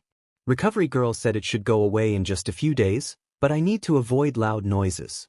Otherwise, I am at risk of losing my hearing permanently. All Might paired Kaken and me against each other in battle training. We had partners, but I knew that Kaken would immediately come after me. Like he always does. It gave him the best opportunity to put me in my place, as he always says. The explosions were a lot stronger this time due to the gauntlets he has as part of his hero costume. I barely dodged in time to avoid being injured worse than I already was. How did anyone think that giving him those was a good idea? I got elected as class president today. That was scary. Thankfully I was able to get someone else to do it instead. See, there was an alarm during lunch telling all of us to evacuate. It wasn't until a third-year student passed that we discovered that security level 3 meant someone had infiltrated the building. Even though the alarm told everyone to evacuate in an orderly fashion, it was still chaos. Students were trampling other students in their rush to get out. How any of them expect to become heroes when they can't maintain order in a panic is beyond me. Third years having the most experience should have helped the second years. Second years then should have helped the first years. But no. Ida, who is in my class, had to become a human exit sign to get control of the chaos. When we all returned to class, I gave him my class president position. He has the confidence and knowledge needed for it. I would have just dragged the class down. Rescue training. That sounds like a good thing to learn as a hero, right? Yeah, it turned out horribly. Real villains showed up. Mr. Aizawa got severely injured because he was trying to protect all of us. I couldn't do anything to keep him from getting hurt. I'm so useless. I guess once a Deku, always a Deku, right? Pathetic. Completely and utterly pathetic. I got to meet another person who knows about my quirk. Detective Tsukachi is All Might's friend, so he had been informed years ago, apparently. But what I don't understand is if All Might could tell him, why can't I tell anyone? Oh shit. I just thought of something. Mr. Aizawa. He tried to protect all of us in class.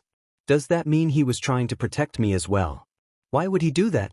It's just a waste of his time, and I'm not worth it. I don't understand. You were worth it, kid. Still are. Replying to a book now, show. Hizashi looks down at his husband with a cheeky smile. Shut up, Bert. I wasn't talking to you.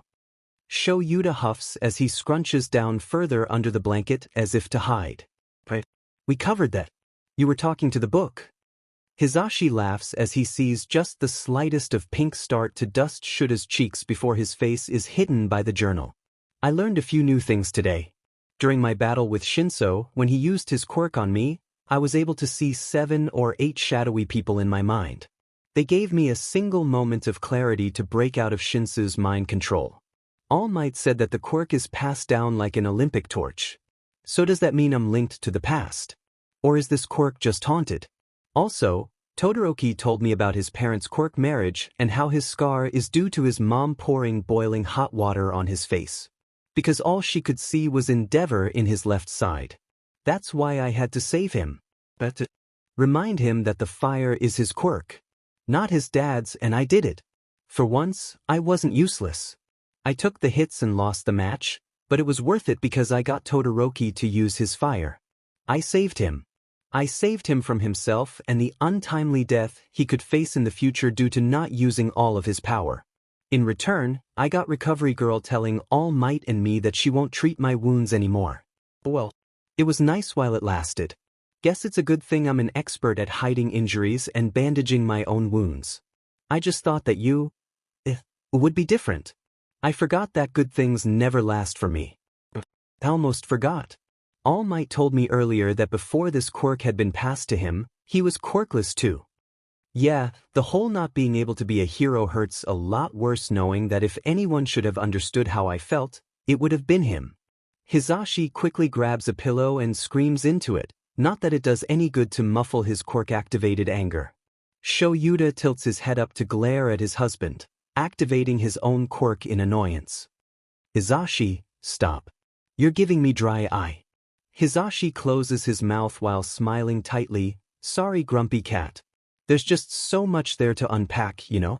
The fact that Izuku's quirk may be haunted. The whole thing with him knowing about Todoroki way before any of us did. How he sacrificed himself to help Todoroki. That recovery girl won't treat him anymore, and All Might was quirkless. The more he lists, the louder he gets. But the glaring onyx gaze helps to remind him not to activate his quirk. I know how you feel, Zashi, I'm angry as well, but we're doing what we can, and we already informed Netsu. Shoyuta closes his eyes for a brief moment before looking back at his husband as he feels him start to shake. What, Hizashi? A previously quirkless person told another quirkless person to be realistic. Knowing full well that being quirkless in a quirked world is basically a death sentence. Shoyuta covers his eyes with an arm. You're thinking that he knew the kid was suicidal.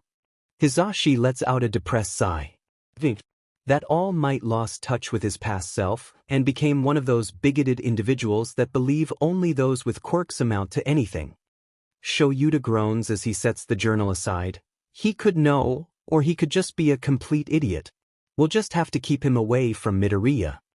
Hizashi runs his fingers through Shuta's hair. Yeah, you're right. Okay, take a rest before the kids get back, Sho. Love you. Love you too, Zashi. Journal entry, Daddy. Papa. We're home. Arie, baby bear, remember we have to be quiet coming home. What if Dad is sleeping? You don't really want to wake him, do you? Hitoshi looks down at his sister, a questioning look on his face as he waits for her answer. I'm sorry, Toshi. I forgot. Arie's eyes turn downcast as she realizes her mistake, shoulders slumping in defeat. Hitoshi reaches a hand up to nervously rub the back of his head, eyes darting around in a small bout of panic. You're fine, baby bear. We took a nap a bit ago, but we're just waiting for our favorite little listeners to show up. Hizashi is quick to try and put his kids' minds at ease, even though he just wants to wrap them up in his arms. That was made impossible by the dark-haired man still lying across his lap. Arie runs over to her parents and jumps up on the couch, flopping herself down on Shuta's legs. Hitoshi dubs his head around, eyes locking on the forms of his parents as a sigh escapes him. Situational awareness, kid. Shoyuta grunts as he gets flopped on, but refuses to move too much so as not to grant Hizashi his freedom. Yeah, I hear ya. Hitoshi moves to sit on the other couch, careful not to disturb the cats. Daddy, can you read more since we're all here, please? Arie turns so she can look at Shoyuta as she speaks, a small smile tugging at her lips. Shoyuta rolls his eyes but picks up the journal from where it slid between him and the back of the couch. Flipping to the correct page, he starts to read. I get to go on an internship. That's so exciting. It's a hands-on experience, and apparently, the person I'm interning with is Gran Torino. He used to teach All Might. He was his homeroom teacher back when he was at U. And he knows about One for All. As exciting as this is, if All Might's homeroom teacher got to know about OFA, then why can't I tell Mr. Aizawa? Wouldn't it be better for him to know? So he doesn't think I'm just a kid that is just lazy and unwilling to work towards my dream. Maybe he wouldn't hate me if he knew. Gran Torino is senile. When I arrived, he used ketchup and sausage links to pretend to be dead. Then proceeded to call me a wet blanket. I'm also concerned that he may have Alzheimer's, as he called me Tashinori before continuously asking me who I am. I learned how to use my power better, though. When I heated up some taiyaki in the microwave, it didn't cook properly because I didn't spread them out evenly, so some were still frozen in the center. Apparently, to use my power, I need to spread it out evenly throughout my body. Instead of just focusing all of the power into the area I want to use, like my arm. The other day was a mess. Sorry I didn't have my journal with me at the hospital. I was snatched by a Nomo while on my internship. Ida had gone after the hero killer Stain in revenge because of him paralyzing his brother. How no one saw that coming, I have no idea. Anyways, After the fight with Stain where Todoroki and I had to save Ida and the pro-hero native, when the other heroes showed up, a Noma flew in and picked me up, carrying me away. Stain broke free of the rope binding him and rescued me by stabbing the Nomu in the exposed part of the brain. I'm not sure how I feel about Stain saving me. He should have just let me go. But then again, I want to die, not end up in the hands of the League, and that's probably where the Nomu was going to take me.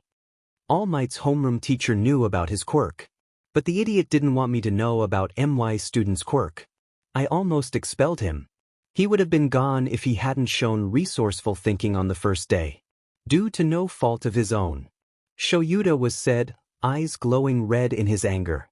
Not bothered by her dad's anger, Arie reaches over to poke him in the cheek. Daddy, you're making your scary face again. Shoyuta looks at Arie for a moment before letting out a displeased grunt. Smiling wide, Arie nods her head as he calms down, and as soon as he does, her expression changes. Her eyes narrow, and she purses her lips together, trying to make herself look stern as she glares at Shoyuta. Do you really hate Izuku?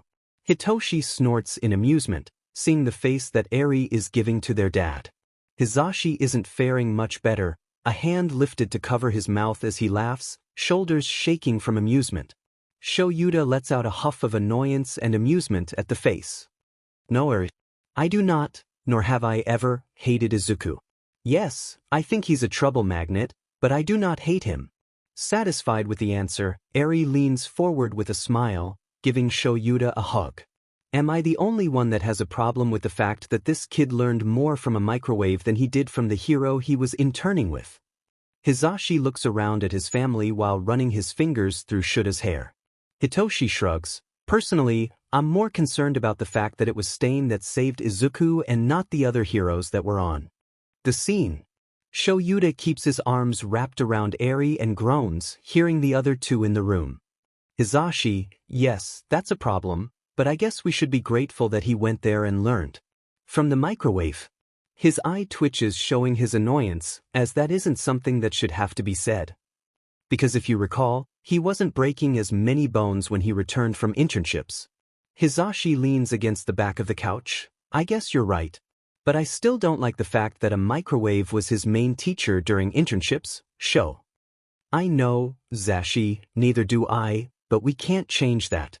Turning his attention to his son Shoyuta all but groans in annoyance. As for the fact that a villain saved Midoriya instead of the heroes on the scene, that's because spotlight heroes are stupid. Excuse you. Hizashi huffs as he purposely tangles his fingers in Shuta's hair, giving a sharp tug on the dark locks.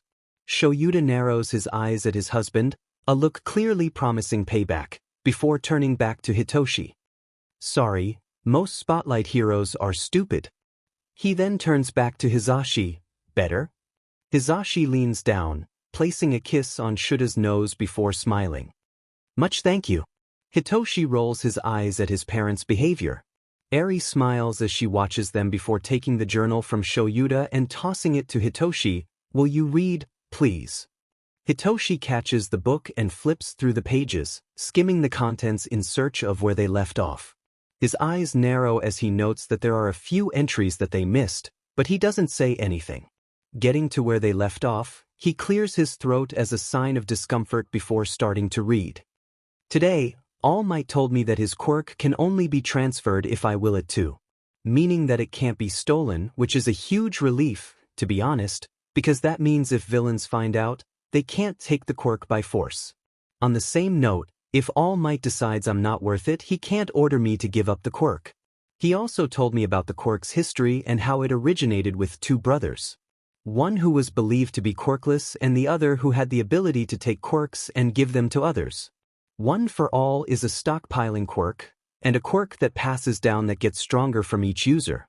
That's the quirk of the brother who was perceived as quirkless. The brother who can give and take quirks is known as All for One, who is apparently nearly immortal and is the person that is behind the League of Villains. The person who will be after me because of this quirk. Stop, Hitoshi. I can't right now. Shoyuta moves Arie off of him and sets her on the couch as he gets up, anger radiating from him. How could All Might be such a colossal idiot that he would give his quirk that has an enemy attached to it to a child? Show baby, why don't you take a break, alright? We won't read anymore, but I think you could use something to work on to take your mind off things. Shoyuta turns to look at Hizashi with a frown, but he sighs at the look he is receiving. Yeah, I'll go try to do some grading and lesson planning, maybe get ahead before we go back to class. Hizashi smiles up at his husband. Thank you, that's all I ask. He turns his attention to his kids with that same bright smile. Dance party. Yes. Arie bounces excitedly. Hitoshi doesn't bother to respond, just groaning as he sinks lower into the couch. Shoyuta snickers quietly as he walks down the hallway to his office. Thoughts walking into his office, Shoyuta frowns as his eyes catch on a framed picture on one of his shelves. It was from the 1A Christmas party just before their break, where everyone was happy. At least I thought they were. He can't stop himself from moving closer to the picture, a hand reaching out as he sees the greenette. The smile there bright and vibrant as always, but his eyes. How did I not notice how there was no light to them? Running a hand down his face, Shoyuta sets the picture back down in its spot before continuing on his way to his desk. As he sits down, he narrows his eyes at his computer screen wondering how the demon rat always knew when he was free. Answering the video call, he let out a grunt of greeting. I had a feeling you would be about. Have you gotten a chance to watch the video yet, Aizawa? Nizu smiles, his eyes twinkling in something akin to mirth. He clearly already knows the answer he is going to get. Shoyuta moves a hand up so he can rub his temples, not in the mood for anything the rat may be planning. No, we haven't finished reading the journal yet. Why? Nizu claps his paws together, his eyes gleaming dangerously for just a moment. Excellent. I need you or Yamada to go to Aldra to obtain the footage legally. I have already informed them that we are wanting to see about prospective new Hero Corps students for the upcoming years since the winner of the sports festival came from their school. Shuta's eyes narrow as he barely looks up at his boss even while he's talking. When do you need us to go? Preferably day after tomorrow. They have proven to be quite willing to cooperate when they think that they will get more recognition. Shuta's lets a small sigh escape, the only sign of his displeasure. I'll go. But I won't play nice. Nizu flashes Shoyuta a knowing smile. I never expect you to play nice, Aizawa. I just expect you to act in a way befitting your place as a representative of you. We can't have any emotional outbursts that risks jeopardizing the plan. Scoffing, Shoyuta leans closer to the screen, face devoid of all emotion. Emotional outbursts? Do I seem like my husband to you? Taking a sip of his tea, Nizu turns his calm expression back to Shoyuta. Not at all, but you do seem like an overprotective father whose child was wronged. Shoyuta freezes for a moment as his brow furrows ever so slightly. He's not my kid. Regardless, Nizu doesn't bother to dignify that with a response. I simply want you to be Shoyuta Aizawa, teacher of Heroics 1A. The man who doesn't care about money, publicity, or other people's opinions. Just potential. You make it sound like we're different people. Nizu nods as he stares intently at Aizawa through the screen. There are times where it seems like you are. Shoyuta shifts in his seat so that he can lean forward and prop his head on his hand, exhaustion catching up with him. How is it going with Mrs. Midoriya? Nizu leans back in his seat, a deep frown coming across the chimera's face. According to Detective Tsukachi, she's moved a few times. To an apartment around the time we sent out acceptance letters. She wasn't there long, however. One of the nurses she works with said she started staying with her about a month after renting the place. Shuta's eyes briefly widen, covering her tracks. Nizu nods. That's what the detective thought as well. When he asked the nurse if she knew where Midoriya was now, she told him that Midoriya put her 2 weeks in at the hospital but didn't stay the whole time. Left about a week ago to join her husband in America. Shoyuta sits up straight at that, his hands clenching in front of him. She's out of our jurisdiction. So, it seems. Twitching Shoyuta all but glares at his boss. Explain. Nizu can't help but cackle in sadistic glee. From what I have pieced together about Mrs. Midoriya, she'll return. She may not want to claim her son as such nor want him to be a hero, but even she won't be able to pass up the opportunity to try and lay claim to him as he continues his classes. I don't want him to have to go back to her. Niza shakes his head. Oh no. I agree with that. Even if she does return, I expect he won't have to.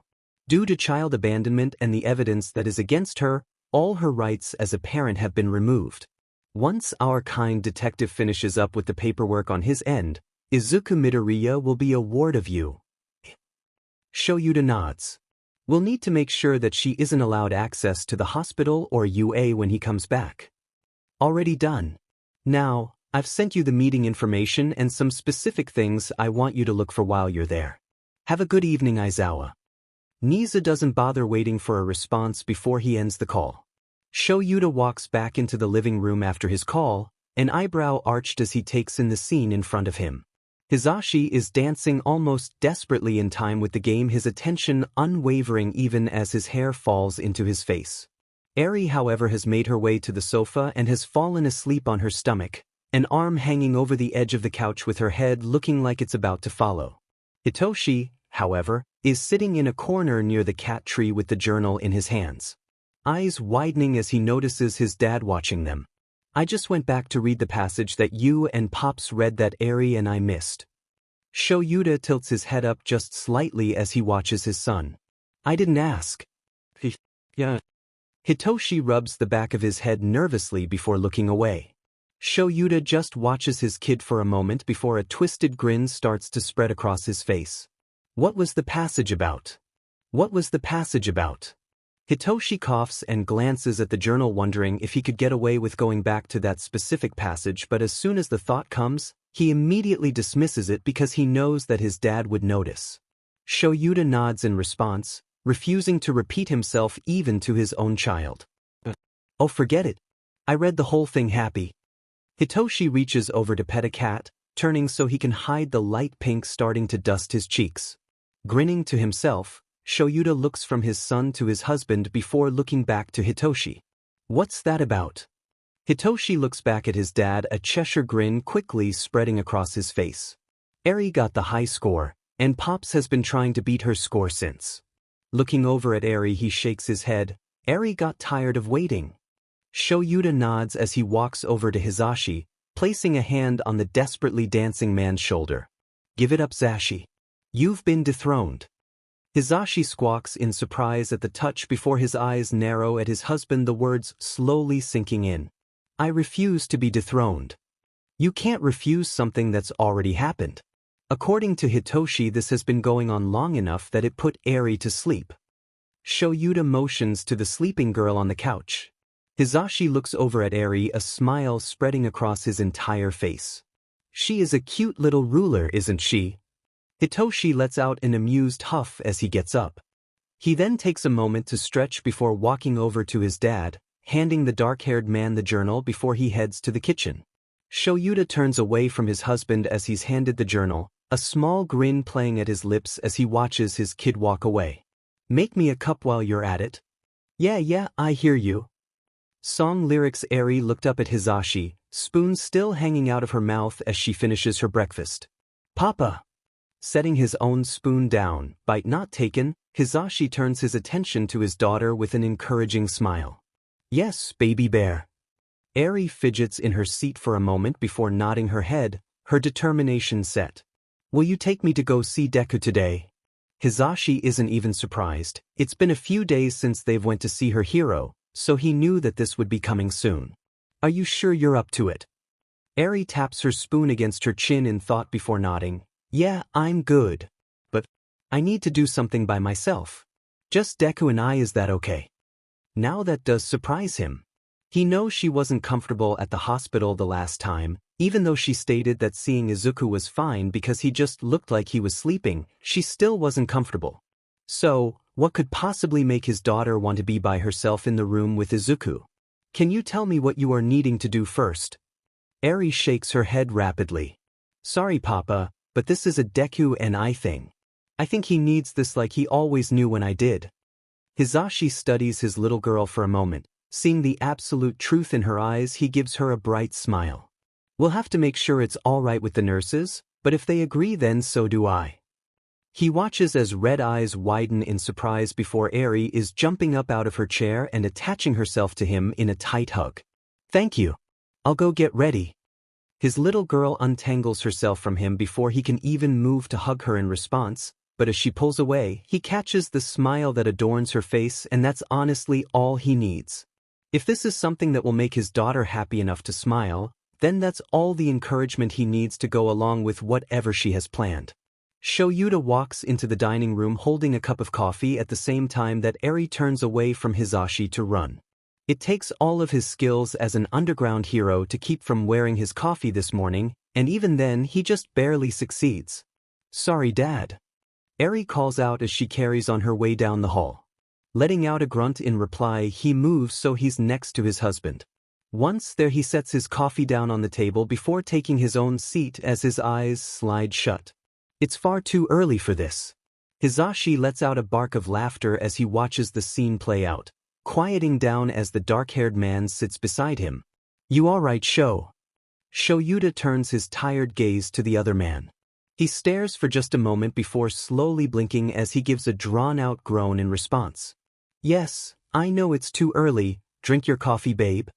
Hizashi smiles at his hopelessly tired partner before turning his attention back to his own cup of coffee and breakfast. A few minutes later has Hizashi watching the everyday scene unfold. Hitoshi stumbles into the dining room still in his pajamas and hair in complete disarray. After barely managing to pull a chair out, he takes a seat, letting his head fall to the table with a solid thump. Shoyuta stares blankly at his son over his half-finished cup of coffee for a moment before blindly reaching for the cup in front of Hizashi. Pulling the cup to him, Shoyuta adjusts his hold so it's on the mug itself before he pushes it against his perpetually tired son's shoulder. Hitoshi lifts his head to blink blearily up at his dad. Noticing the mug, he carefully takes it in his hands before taking a sip of the delicious dark brew.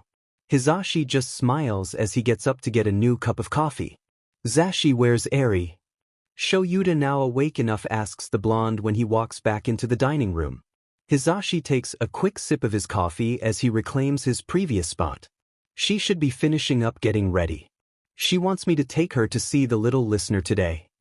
Shuta's eyes widen slightly before narrowing. Is she really all right for that? She said she is, told me that she had something she needed to do, and I'm inclined to believe her. Hizashi flashes his husband an encouraging smile, knowing that it's probably bothering him that their daughter asked him instead to take her. Shoyuta stares into his mug for a moment, a slight frown tugging at his lips. Nizu wants me to go over some information about Aldera before my visit tomorrow. But I can always do that later.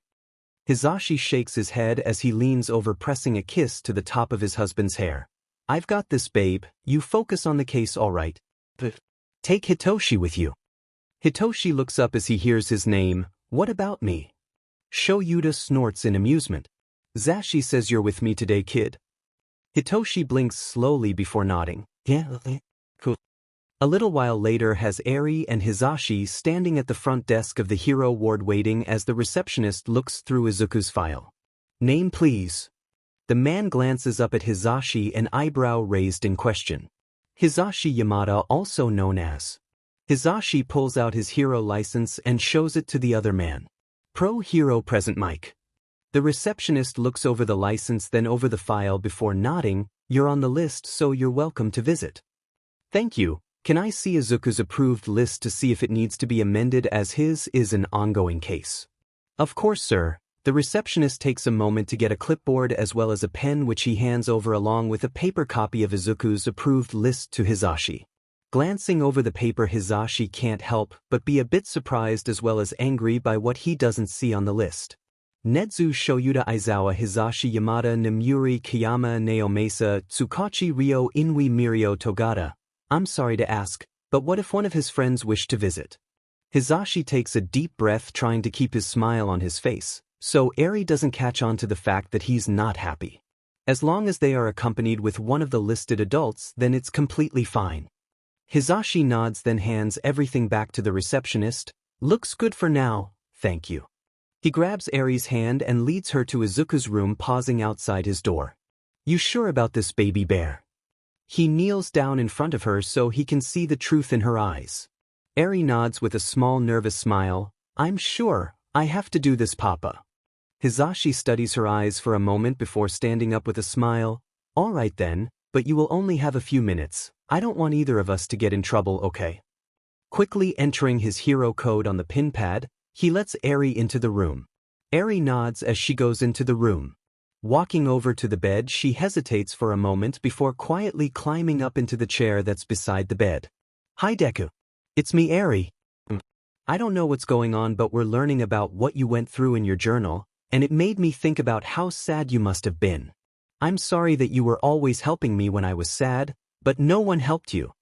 Reaching a hand out hesitantly, she traces small fingers over the bandages on his arms. When you wake up, I promise that I'll help you too. That's why I needed to visit today.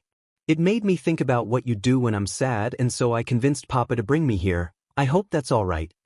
Looking at the monitors around Izuku, she lets a small frown settle on her face as she carefully moves her hand to grasp one of his own. You with the sad eyes, don't be discouraged. Oh, I realize. As she starts to sing, Arie grips his hand tighter in her own as a few tears start to fall down her cheeks. It's hard to take courage in a world full of people. You can lose sight of it. All the darkness inside you can make you feel so small. Arie slowly climbs up into the bed, careful of the tubes attached to her hero as she does. Small hands clutching tight to Izuku as she continues to quietly sing to him. Hizashi opens the door as quietly as possible before walking in. As soon as he's in the room, though, he regrets this whole thing. Because it's heartbreaking. There on the bed is his little girl with her forehead pressed to her hero's forehead, and she's crying. Tears streaming down her cheeks as she sings. He doesn't know what to do with the information that his daughter sings either, and he knows now is not the time to address it. Not as he hears, can't remember when I last saw you laughing. If this world makes you crazy and you've taken all you can bear, just call me up, cause I will always be there. Taking a deep breath, Hizashi walks further into the room as quietly as possible so not to disturb the other occupants. Just before he reaches the bed, he stills for a moment as Arie finishes singing, then lifting a boot to drop down on the floor, exaggerating the step so as to announce his presence. Baby bear. He looks at the trembling form of his daughter, concern clearly showing on his face as he reaches out to gently touch her shoulder. Arie turns and launches herself at Hizashi, her arms wrapping around his shoulders as she cries. Hizashi doesn't even stumble as he catches her, long arms wrapping around her small frame, trying to offer her all the support she needs. But, didn't he? Arie struggles with her words as they come out between broken sobs. Hizashi rubs Arie's back, humming softly, just giving her all the time she needs to get herself pulled together again. After a few minutes, Arie sniffles as she pulls back just slightly to look at her papa. Why didn't he trust me? I could have helped him. Hizashi places a hand on the back of Arie's head and presses her into his shoulder gently. I don't know, baby bear, but he's getting help now, all right. You did so good today. I'm so proud of you. Arie nuzzles into Hizashi's neck as she tightens her arms around him in a hug. Papa, can we go home? Of course, baby, let's go home. He lets a sad smile settle on his face as he carries his little girl out of the room. Journal entry: arriving home just before lunch, Hizashi watches as Arie makes her way to the kitchen for something to eat. Shaking his head, he walks over to where Shoyuta sits at the dining room table with his laptop. How was it? Leaning forward, Hizashi rests his chin on his husband's head. It was rough. She sang to him, Sho. It was heartbreaking. Then she asked why he didn't trust her. His voice wobbles slightly as his emotions get the best of him. Shoyuta slowly stands up so he doesn't have the blonde accidentally hurting himself. Once standing, he pulls his husband into his arms, offering him silent support, while placing a gentle kiss to his forehead. Hizashi lays his head on Shuta's shoulder as he tries to keep from crying. That's the big question, isn't it? Why didn't Izuku trust any of us? I didn't trust right away when you and Dad took me in. Hitoshi walks in, coffee in one hand, the journal and a half-eaten sandwich in the other.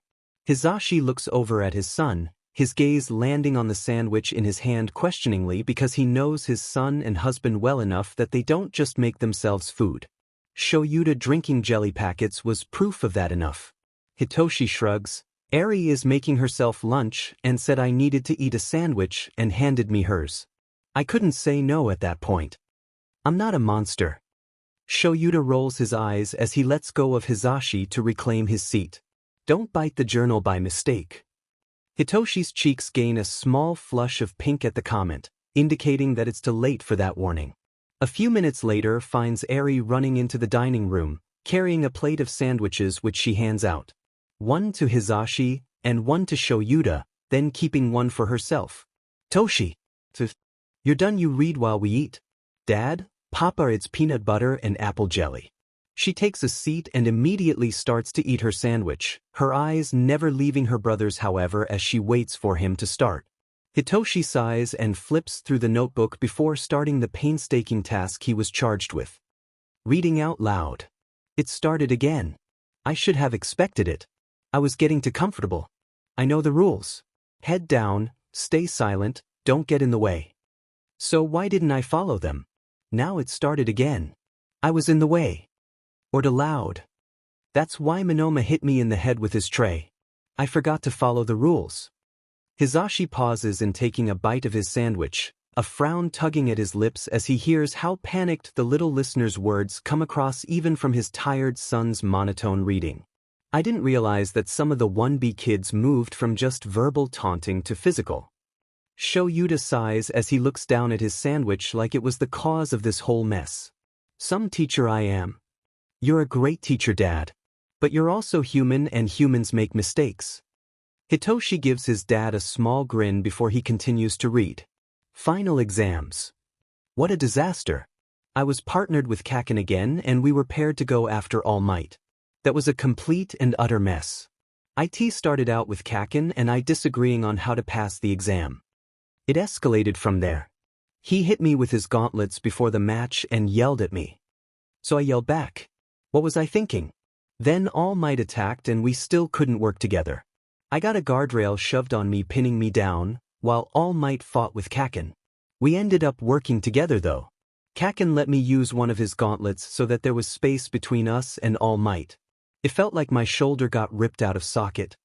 Is that what Kaken feels every time he uses them? I'm not sure how I feel about Kaken throwing me towards the escape gate with an explosion like I was the ball during Aizawa-sensei's assessment test. But I know that All Might smashing into my back was excruciating, especially on impact with the ground. But I still had to get up.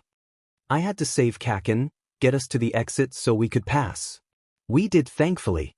Note, it's been a few days since then and recovery girl healing those of us who needed it after the exam, but I am still having trouble with my lower back. Not that it matters. There's so much there that needs to be unpacked and Hitoshi knows it. Knows that he has to wait, otherwise his family and himself will not be able to process what they have just learned. After a moment he can't stay quiet any longer. Instead he looks up at his parents. Why did he still want to be a hero after literally everyone failed him? Shoyuta freezes because honestly how can he answer that? Answer the question that hits him like a ton of bricks, easily knocking the wind out of him. Gathering his thoughts he gives the only answer that he can. Some people are just born to be heroes. Izuku is one of them. Aizawa is mad at me. I broke my bones to save and protect Kota. But he gave me that disappointed look with a sigh. I wasn't trying to break my limbs. We were just up against muscular. That, and I was the only one who knew where Kota's hiding place was at, and I wasn't going to let him get hurt. Besides, this was all my fault. It's all because of this quirk that the class is targeted, and on top of that, if I injure my arm again, I might lose it. Deku could lose his arm. Arie tilts her head to the side, confused, worry shining brightly in her eyes. I guess so, princess. That wasn't something I was informed of, however. I understood his reasoning for why he was so badly injured. However, in hindsight I did snap at him. I was worried and I showed it in the form of snapping because of him being reckless. Letting out a sigh, Shoyuta slouched down in his chair. Hizashi reached over, giving Shuta's shoulder a gentle squeeze of reassurance as he gave a nod to Hitoshi to continue reading. All Might defeated All for One. He's not dead, but he is in custody and going to Tartarus. The League got away, however, so we still have to be on our guard. All Might won't be able to fight anymore. His power left him while he was fighting AFO. It's now my job to become the next symbol of peace, and I don't want to. I don't want everyone to only rely on me. Because there will be times when I fail, it's being human. I want to be able to rely on my classmates and other heroes, and isn't that terrifying? That's if I decide to be a hero at all now. Because I have to decide if pursuing my dream is worth the chance of becoming paralyzed before I'm even out of high school with All Might as a teacher. Because my back is still bothering me, and as I was reminded, this isn't my quirk. It's still highest. Hitoshi stops reading, throwing the journal across the table at parents. I'm done reading. After reading all of Izuku's journal, so far All Might is a sheet hero, and obviously even worse as a teacher, who almost paralyzes a child for a DMN test. Language Hitoshi. Shoyuta says half-heartedly because he agrees with his kid's sentiment, just not the execution. Hizashi can't help but frown. The little listener was learning to trust and rely on people, just in time for All Might to smack him back down. He shakes his head as he picks up the journal, figuring it's his turn since he hasn't read yet. How do I get out of this mess? Aizawa and All Might are going to be coming around for the dorm system. They need Inko's permission. I mean, I'm grateful for the dorm system as the apartment is only paid up for another 2 weeks, so this is actually great timing. I can handle a short time on the streets. Worst case scenario, I get out of everyone's hair by being killed. Actually, maybe that's the best case scenario. But Inko, I haven't talked to her since the start of school. This is such a mess. That's never the best, Deku. You're my hero. I wouldn't want you to be killed. Arie cries out indignantly, hurt that her hero has such little regard for himself, and that people caused this. People who were supposed to care about him and love him. It made her so mad. He gave her so much by saving her. Things that he apparently never had himself. All Might came by himself to talk about the dorms. I was able to tell him that, Mom, and I already agreed to let me go. I forged her signatures on some papers that I came up with for our agreement that said she gave written permission for me to move into the dorms as well as allowing me to sign for myself since she has to work all the time. With those, All Might let me sign for myself with no problem. Aizawa never would have let me get away with any of that. Hizashi looks over at his husband as the man lets out a tired groan. I never should have let that buffoon convince me to split up. It was logical so that we could get them all done in a decent amount of time. But I should have went to Izuku's at minimum. I knew that All Might always had a special interest in him. That he was biased. Hitoshi lets out a snort of amusement. You didn't know how bad his ignorance was, Dad. No, but thinking anything else was illogical. Shoyuta runs his hands down his face before nodding to Hizashi to continue. Hizashi frowns as he does a quick skim of the page, then looks back up at Shoyuta. I think that it's best we continue this when we head to bed for the night. Is it bad, Papa? Arie looks up at Hizashi, tears already starting as she imagines. Just what could have them stop reading? Hizashi gets up and wraps his arms around Arie with a soft smile. Yeah, baby bear, it is.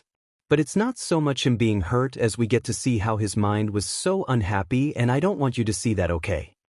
Arie nods hesitantly as she hugs her papa in return. Journal entry. Journal thoughts. Later that night, Hizashi walks into his and Shuta's room with the journal and looks at his husband who is sitting on the bed, papers in hand. Ready, Panther? Shoyuta looks up from the paper he's grading, then down at his pile, seeing that he's on the last one. Finishing it up real quick, he sets the papers on his night table. Not really, but it needs to be done. Hizashi moves to sit in the bed and snuggles up to the other man while opening the journal. There's still a week left till the dorm system is ready and we can move in, but I had to leave the apartment a few days ago. So I am officially homeless. I moved all my notebooks to the school and locked them in my locker so they are safer than being with me. I've learned a lot already through this and searching on my phone. Like I can go to a cafe to do homework, and as long as I order something, then I can stay long enough to charge my phone. Also, some stores give free samples of food which isn't very filling, but it's something different than ramen. Also, instant ramen is cheap. I can go to the park and fill the cup with the water and just let it set for a bit and it turns out fine. It's not hot, but it's food. Showering seems to be one of the hardest, but it's still not so bad. Most gas stations have a public restroom, and since I go daily to buy ramen and a drink so I don't have to carry anything extra, I just wash off using a washcloth that I made sure to pack from home, and since we shower after heroics class, it's all fine. Laundry so far has been the hardest. I can only carry 2 uniforms and an extra set of clothes with me, plus what I wear. But I have 2 extra sets of clothes in my gym locker at school so that I can switch them out. That leaves me with laundry day being Saturday at the laundromat and washing the uniform in a bucket when I get out of school and immediately change. That way by the day after next it should be mostly if not all the way dry in time for me to go to school. Also, I found an abandoned building to sleep in, so I'm safe again. Hisashi stops reading, taking a breath as he looks up at the ceiling, his emotions getting the best of him as tears well in his eyes silently. He was trying so hard to convince himself that he was happy, that everything was okay when it really wasn't. The poor little listener. Shoyuta reaches over, taking the journal from his husband, not wanting to deal with the fact that one of his students thought that staying in an abandoned building was safe. A worthless, quirkless wonder like you. That's what Kaken said when he wanted to talk outside after curfew. I tried to explain that the license exam, I don't think it judges our actual abilities. Gutter trash. He's mad about Kamino, mad that All Might took an interest in me. He wouldn't listen when I said we shouldn't fight, that we could spar in a training room, that we can't do this. I had to use my quirk to dodge and for self-defense. But when he was blaming himself for All Might losing his power, I knew I had to fight to give him that outlet. Because I know what it's like to let the negativity in your mind slowly devour you. Aizawa-sensei was mad but just sent us to Recovery Girl, told us not to rely on her quirk. Funny seeing as since starting you. I've already had 2 surgeries because she refuses to treat me. Even though her and Nedzu know why I had no control. Shoyuta glares as he activates his quirk just in time to keep his loud husband from using his quirk. Are you done, Hisashi? After a moment, Hisashi nods to the red-eyed man, waiting for his quirk to return before smiling sadly at his husband. Sorry, Sho, but the little listener has had 2 surgeries while at you. Even though apparently Recovery Girl knew what was going on. Shoyuta huffs at his husband even though he gives a nod of agreement. Nedzu can deal with that. Things Night Eye said to me, how can you contribute to society? In what way does your presence benefit others? By dying. My presence doesn't. I know that I'm a worthless Deku. As I thought, one for all should have gone to Mirio. You're right, Mirio would have been much better suited to All Might's quirk. The more I see, the more I fail to understand why it had to be you. I don't know why it was me. I honestly don't think All Might even knows why me anymore. I'm nothing but a problem, and that's all I have ever been. Nobody, nothing, invisible. I don't deserve to exist. You will gain the experience in this pro-hero office that will make you very aware of who is best suited to that power. I already know that I'm not suited to this power. I've felt the blowback of how this quirk is too strong for my body, how it's likely to kill me if I don't do it myself. I know all of this because I feel it. I feel it slowly tearing me apart inside, like it's a beast locked inside of a cage trying to get out. Those are all things that Night Eye said before agreeing to accept me as a work study. Even then he only accepted me in the hopes of making me give up one for all. What kind of hero says that to a child? He could have just declined the work study.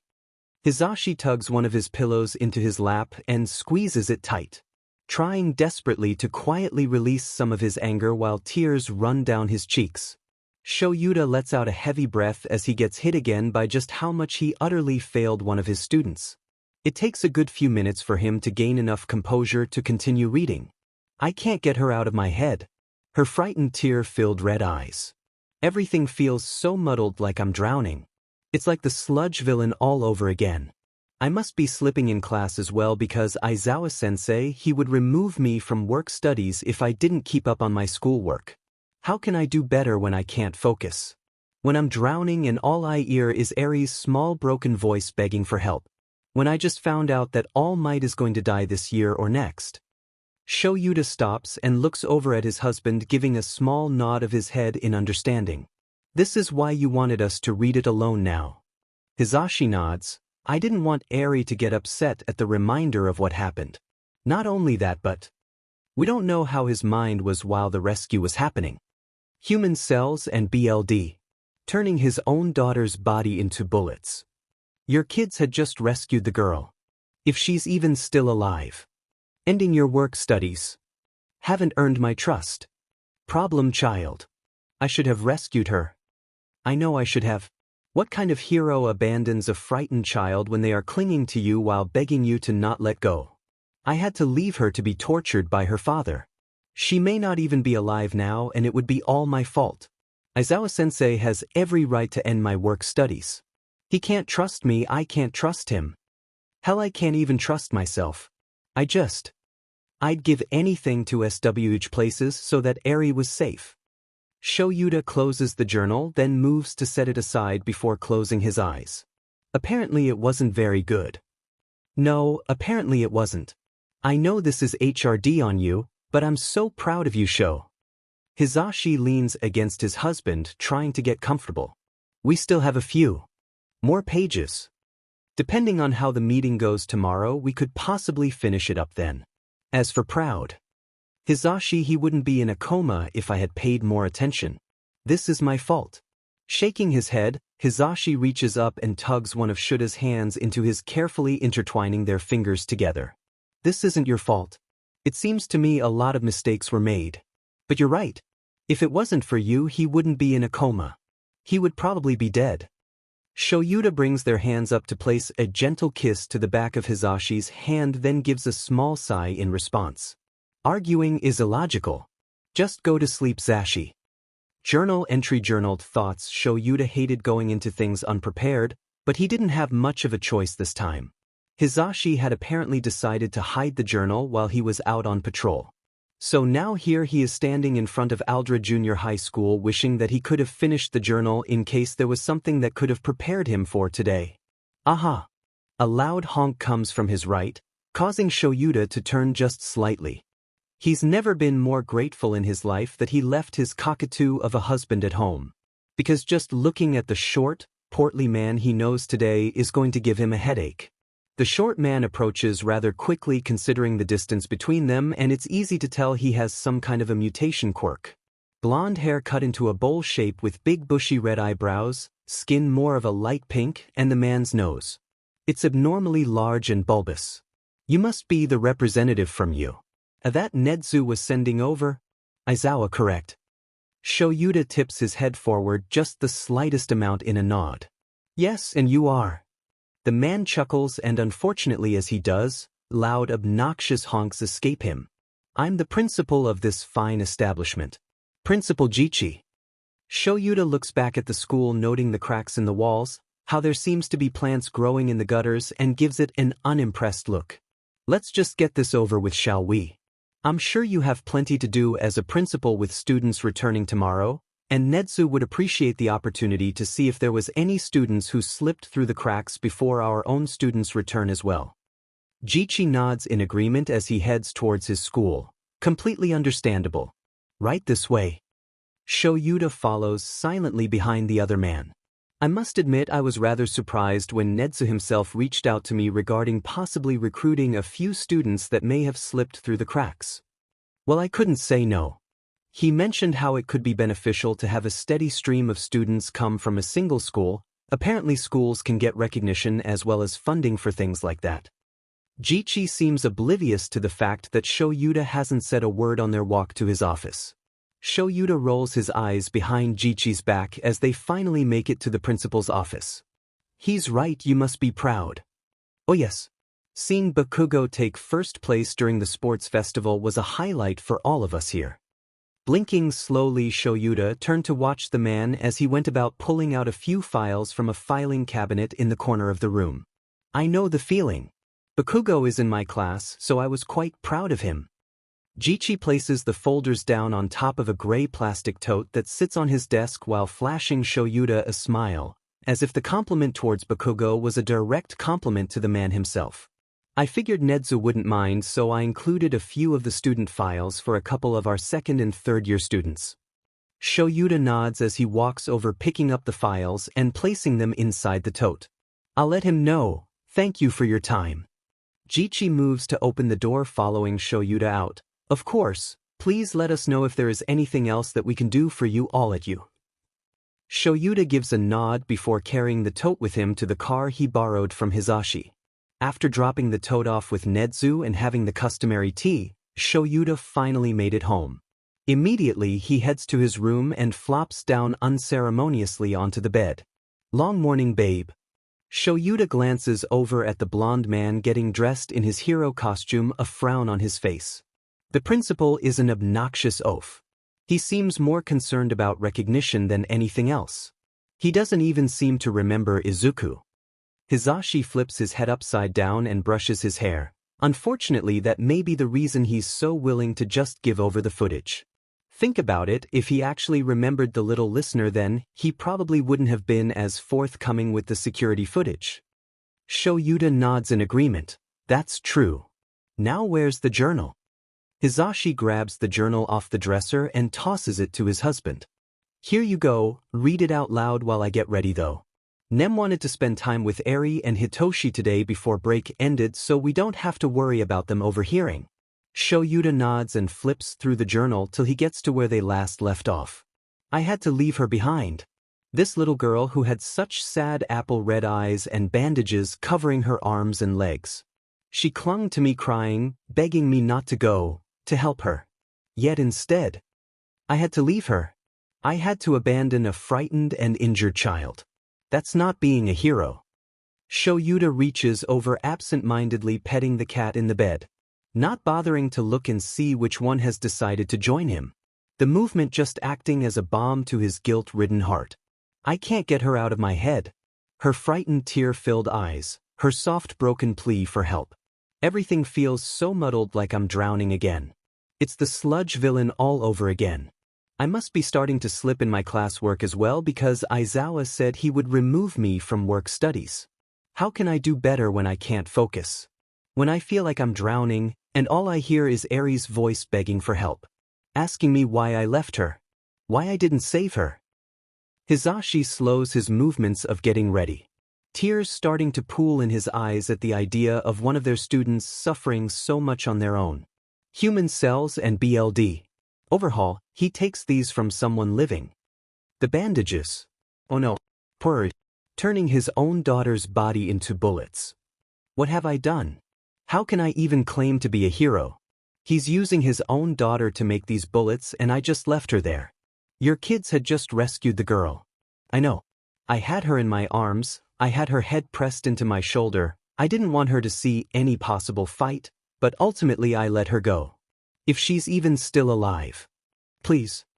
Arie, you have to be alive. I'll happily trade anything. I'll even take your place. I don't mind at all. You just have to be safe. Please. I'm so sorry I didn't save you. Sho. Did they really say that? Hizashi's voice breaks as he turns his full attention to the dark-haired man, his eyes begging for it to be some kind of cruel joke. Shoyuta glances over at the blonde, a frown tugging at his lips as he opens his arms for his partner. I'm sorry, Zashi. Hizashi takes a few long strides till he's in front of his husband and just collapses in the other man's arms, tapping his fingers against the journal after a few moments. Taking the hint, Shoyuta continues to read with one arm wrapped around Hizashi's waist. We saved her. We were able to save Arie. However, she's not doing so hot. She's been running a fever and she's currently in isolation, but still she's alright. We saved her. We did lose someone though, and that was Sir Night-Eye. He didn't make it and Mirio lost his quirk. I offered Mirio one for all.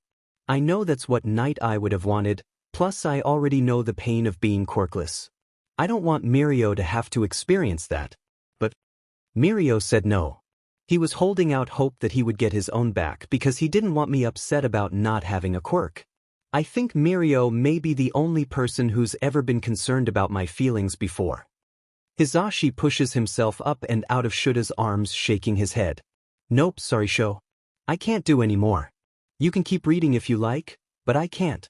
I refuse to become all red and splotchy from sobbing my heart out right before patrol. I love you, but no. Leaning down, he places a gentle kiss to Shuta's lips before turning on his heel to finish getting ready.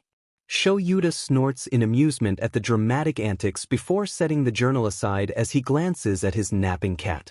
Maybe she had the right idea and it was nap time. It had been a long morning so far, and Hisashi had said that he could continue reading later. With that thought in mind, Shoyuta took the cat's lead and dozed off into a restless slumber. Journal entry. Waking up from his nap, Shoyuta glances around, noting that the house is completely quiet, meaning that his kids were still out and Hisashi was still at work. That means he doesn't have to get up. That he can stay in bed and relax. He can go visit his kid. Decision made, Shoyuta starts to untangle himself from the blanket that he has somehow gotten himself trapped in.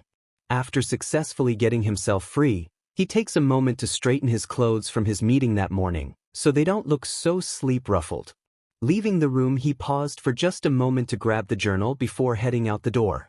Arriving at the hospital a bit later, Shoyuta goes through all the steps to get into the now familiar hospital room and immediately moves to sit in a chair next to the bed.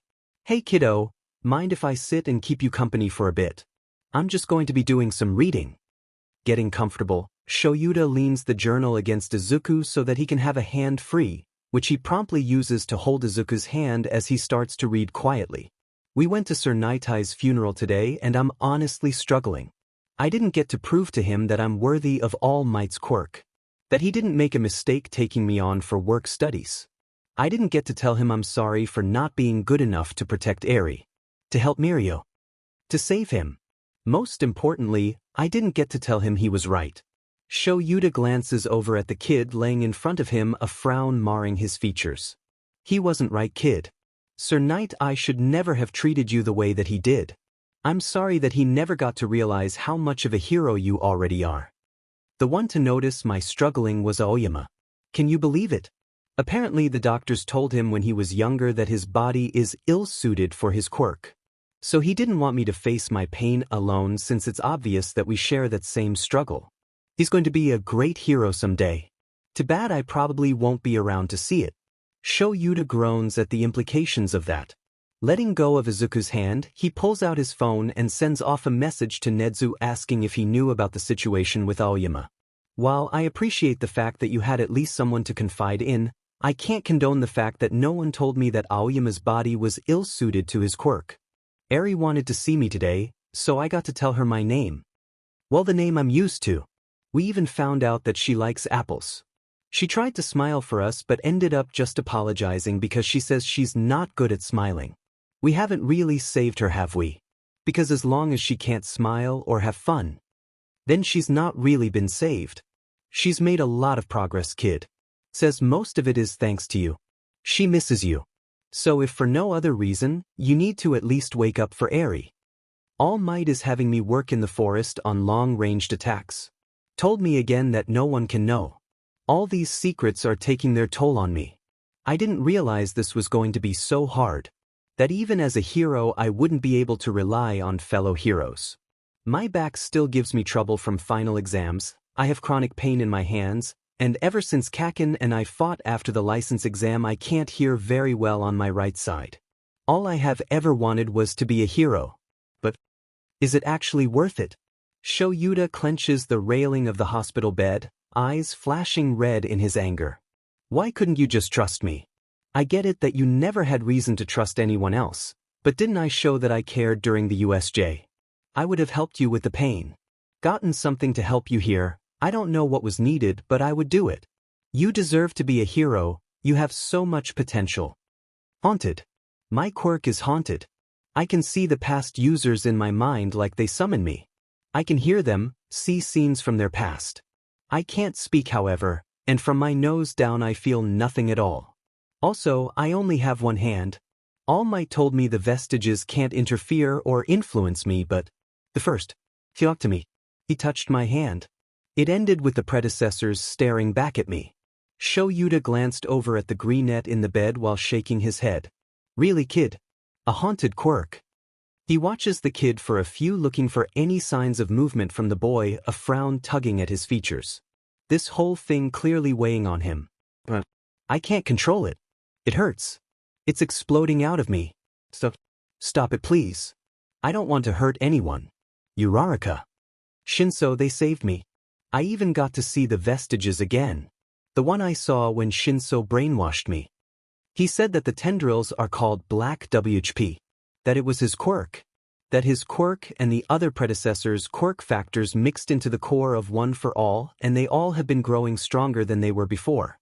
He told me that controlling my heart is important, that I'm going to end up getting 6 more quirks.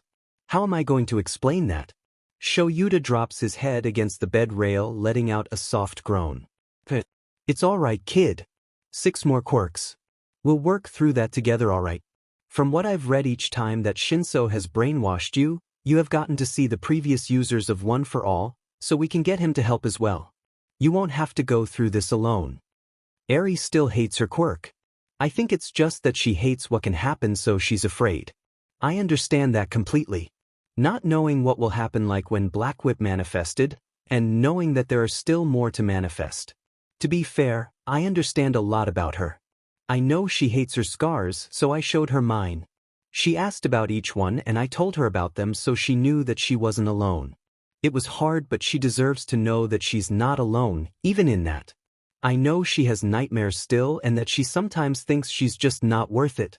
I told her that her feelings matter and that if she is feeling that way, to tell someone. That those close to her truly care about her and think she's worth far more than she thinks of herself. That everyone has feelings like that at times, and it's alright. But she should never have to go through it alone. Even with as much as you were suffering, you still were looking out for Arie. I'm sorry that I failed to notice. If you still choose to be a hero in the future, kid, I will support you. The correct way this time, giving you the attention you need. If you choose not to, well then no matter what, I'll be here for you, kid. They let us all go home for the holidays, and even though I have nowhere to go, I'm really glad. I'm so tired of smiling. Tired of pretending everything is okay. I'm just so very tired. I think this will be my last entry. I just can't keep doing this anymore. I can't keep pretending that everything is alright, smiling and helping people who don't even notice that they're not the only ones breaking. I'm tired of no one ever caring about me even just a little.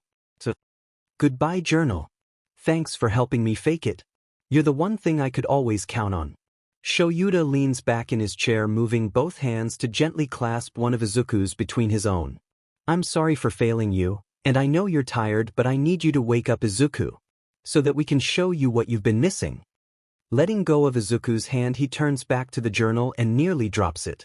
Because there in the journal is Izuku's note, addressed to himself and the other faculty at you. Which Shoyuta can't bring himself to read. Not yet. Not with his kids still laying in the hospital. Journal letter: Shoyuta was not having a good day and it had only just begun. After he had gotten home from the hospital yesterday, he had called Nedzu to let him know that he had finally finished the journal besides for the letter in it. Only to be informed that they would go over it while at the staff meeting in the morning. So now here he is, sitting in the conference room with the rest of the faculty that bothered to show up. Nedzu holding the journal in his paws as sits at the head of the table. As some of you know, there has been an unfortunate incident with one of our first-year students. Those of you that are not yet aware, you will be once I read this. The extent of your knowledge depends on what those of us in the know deem to be necessary. Shall I read this, or would you like to do the honors, Aizawa? Shoyuta looks over at his boss and waves a hand dismissively. Excellent. I'll read it then. No interrupting until I'm through. With that warning, Nedzu opens the book to the letter inside. Reading over it quickly to himself, he gives a nod before starting to read aloud. He's careful to use his own experiences as an experiment to empathize with the emotions so clearly written, quickly coming to the realization that for the first time in a long time he's afraid. Afraid that he'll not do this broken child's letter justice. That he won't get the emotions right. Pushing his fear aside, he focuses on his task. Dear you, the staff, what does it mean to be a hero? I used to think that being a hero meant saving everyone with a smile. That it meant keeping people safe to begin with. But over time I have learned that's not actually the case. Being a hero means that saving someone only matters if the media is present. It means having double standards on who you can confide in. It means going behind other people's backs. Never relying on your fellow heroes, and always shouldering everything on your own. I learned that a hero is trained to see the signs of someone in a bad situation. But the moment that they hide most of those signs to try and be treated normally, the person is wrote off as just being a nervous, jumpy kid, or a quiet child, or they're just stupid. So it's no longer a hero's concern. I learned that as soon as it's a child of someone powerful or a prominent family, there's nothing a hero can do. I have learned so much about being a hero these last few months while attending you. One that would save everyone with a smile. No matter how big or mundane the task, and regardless of the money, glory, or even the hero rankings. But even here at you, that's not a realistic dream, is it? Because the most important lessons I have learned while here. Heroes are still adults who can't be trusted, and heroes don't always save people. After all, in a school full of heroes and heroes in training. No one saved me. So now I'm dead. Dead because yet another school nurse refused to treat me. Dead because no one else took the time to save the other students that were slowly fading away, so I did. Dead because no one thought it necessary to have traumatized teenagers go to counseling. Dead due to the negligence of you. As a whole. Yet even with that being said, you all are not the actual reason I died. That belongs to two people, and those two people alone. I died because All Might told a quirkless child to be realistic after crushing his dreams of being a hero. Died because he immediately left that same child alone on a rooftop. Did you know the mortality rate of jumping off a 7-story building is 90%? That most of the buildings in Mizudafu stand taller than that. I've known that fact for years now. After all, the only thing realistic for a quirkless child is to either be killed in hate crimes or them killing themselves. I died because that same day Katsuki Bakugo told that same quirkless kid to take a swan dive off the roof.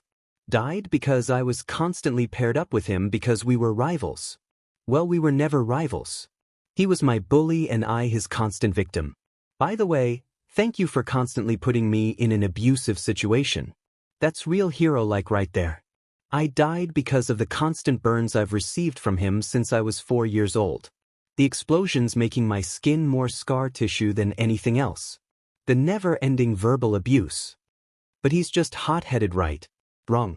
Katsuki is no more than a villain. Just like All Might at this point. I'm dead because of them, and honestly, I'm glad. I'm glad I'm dead because I'm so tired of pretending to be happy and help ing people when all they are is conceited, selfish wannabe heroes. I used to think being saved by Stain was an insult. Being told that he wouldn't kill me all because I wanted to protect those that were fallen first was scary. But you know what? That's right. From what I've seen and experienced, most of the Hero Corps students and even a lot of the teachers are fake heroes. So yeah, I'm glad I'm dead. Because I'd rather be dead than be a villain, and at this point, I'd rather be a villain than be some fake hero. So thank you for failing me. For never seeing the signs. For every single time that I was paired against my abuser, and got no medical treatment but what I could do myself. Thank you from the bottom of my heart to all of you for prioritizing strength over being a decent person. Sincerely, a worthless Deku. If my class does ask what happened to me, tell them the truth. They deserve to know how weak I am. Plus, I want the ones that I helped to know that even while I was helping them, I was suffering too. Not because I want to hurt them, but they deserve to be able to reflect and see if they could have done anything to change it. They deserve the chance to become better heroes by learning from what happened. Oh, and Mr. Aizawa. Thank you for being the best teacher I have ever had. For being a true hero that's not in it for the fame, glory, anything like that. Just in it to make a difference and help people. Even at the cost of yourself, as we seen at the USJ. Sorry that I wasted so much of your time. I have analysis notebooks in my locker. You can do whatever you want with them. I figured you're the person they'd be safest with. Thanks for letting me dream a little longer. I appreciate it. You made these last few months the best ones of my life. So thank you, and please, make sure to take care of Arie. Netsu closes the notebook and looks around the table at his staff, not surprised in the slightest at the varying reactions that he sees. As you all can see, we have lost one of our own. A child that we have all failed not just as heroes, but as teachers as well. I'm sorry, but what? That can't be right. That's the name of the green-haired kid in 1A, right? He wouldn't do something like this. Vlad frowns, clearly confused because the letter doesn't match what he knows of the kid. Vlad's right. He's such a sunshine child, Heck, his class calls him a cinnamon roll. This can't be real. Midnight rubs her eyes, trying to get the tears to stop falling. And what does he mean not getting treatment? Everyone knows that the injured goes to Chio. Just what he said, Nem. The kid was partially deaf from Bakugo's explosions. His back was still bothering him from All Might's attack during finals.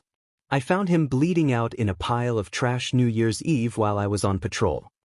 Shoyuta leans forward, tired eyes blazing red as he turns to face Chio. Recovery girl places her hands on the table in front of her as she looks down, refusing to meet the gazes of her colleagues. He kept injuring himself. I was just trying to give him some tough love where he would be more cautious with his quirk. I never meant that I wouldn't treat any of his wounds. Well, that's exactly how my kid took it. Shoyuta all but snarls. You told a child who has been deprived common decency that you wouldn't help him. Hizashi reaches over and places a hand on Shuta's shoulder. Sho. You have to calm down. I know you're mad, but that's not going to change anything.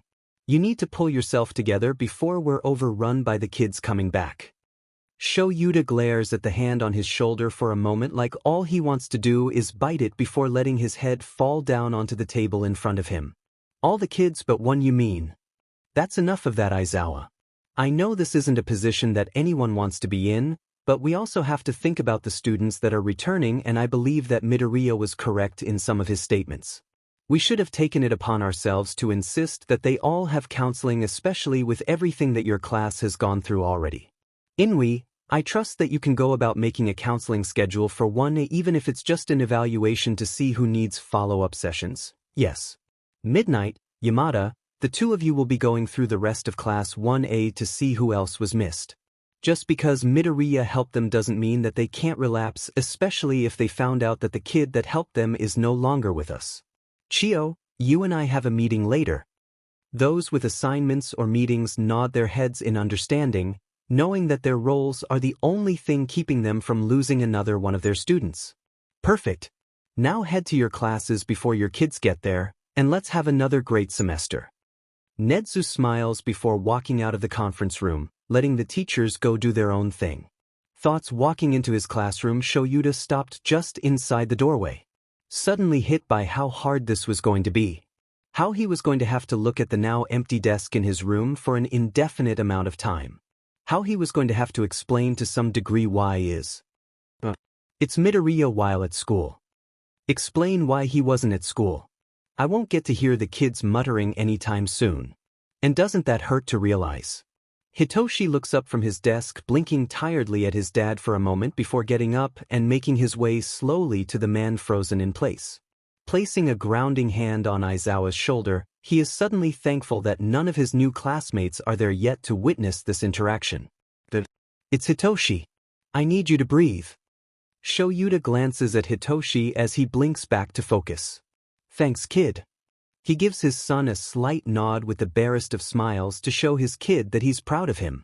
Then he continues moving to the front of the room to his own seat. Hitoshi watches his dad for a moment more before heading back to his desk, his eyes lingering on the desk that he knows belongs to Izuku. It's not long until lunch when Shuta's struggling starts to boil over. His carefully crafted mask cracking each time he catches one of his students' glance at the empty desk. Luckily, he knows his Hell class well enough to brace himself just in time for one of his students to voice the question he's been hoping to avoid all morning. Mr. Aizawa. Where's Deku? Looking over at Uraraka, he clenches his fists behind his desk to keep his composure. Midoriya required a longer break due to personal reasons and was granted it by Nedzu. Now all of you head to lunch. Shoyuta doesn't wait for his class to leave, instead leaving his class reps in charge as he makes his way to the teacher's lounge. Walking into the lounge, Shoyuta is stopped by the booming voice of the colleague that deemed the morning staff meeting unimportant enough to attend. Aizawa. Have you seen young Midoriya? Shoyuta sighs as he glances at the gaunt blonde man in exasperation. No, I haven't. Turning his back to Yagi, Shoyuta makes his way to the coffee pot to pour himself a cup of his main form of sustenance. Unaware of the tension starting to form in the air, Yagi scratches his chin idly in thought. This is quite unlike him, don't you think? He could have just gotten sick while on break. Shoyuta replies in an effort to dismiss the blonde idiot before taking a sip of his coffee. A perfect opportunity to be training then, heroics stop for nothing. Turning to face the blonde who refuses to let the subject drop, Shoyuta barely keeps from growling. Are you done? Because if you were at the meeting this morning you would know where Midoriya is. So you do know where I can find young Midoriya. Shoyuta glares at Yagi. No, I don't know where Midoriya is. But I do know about him.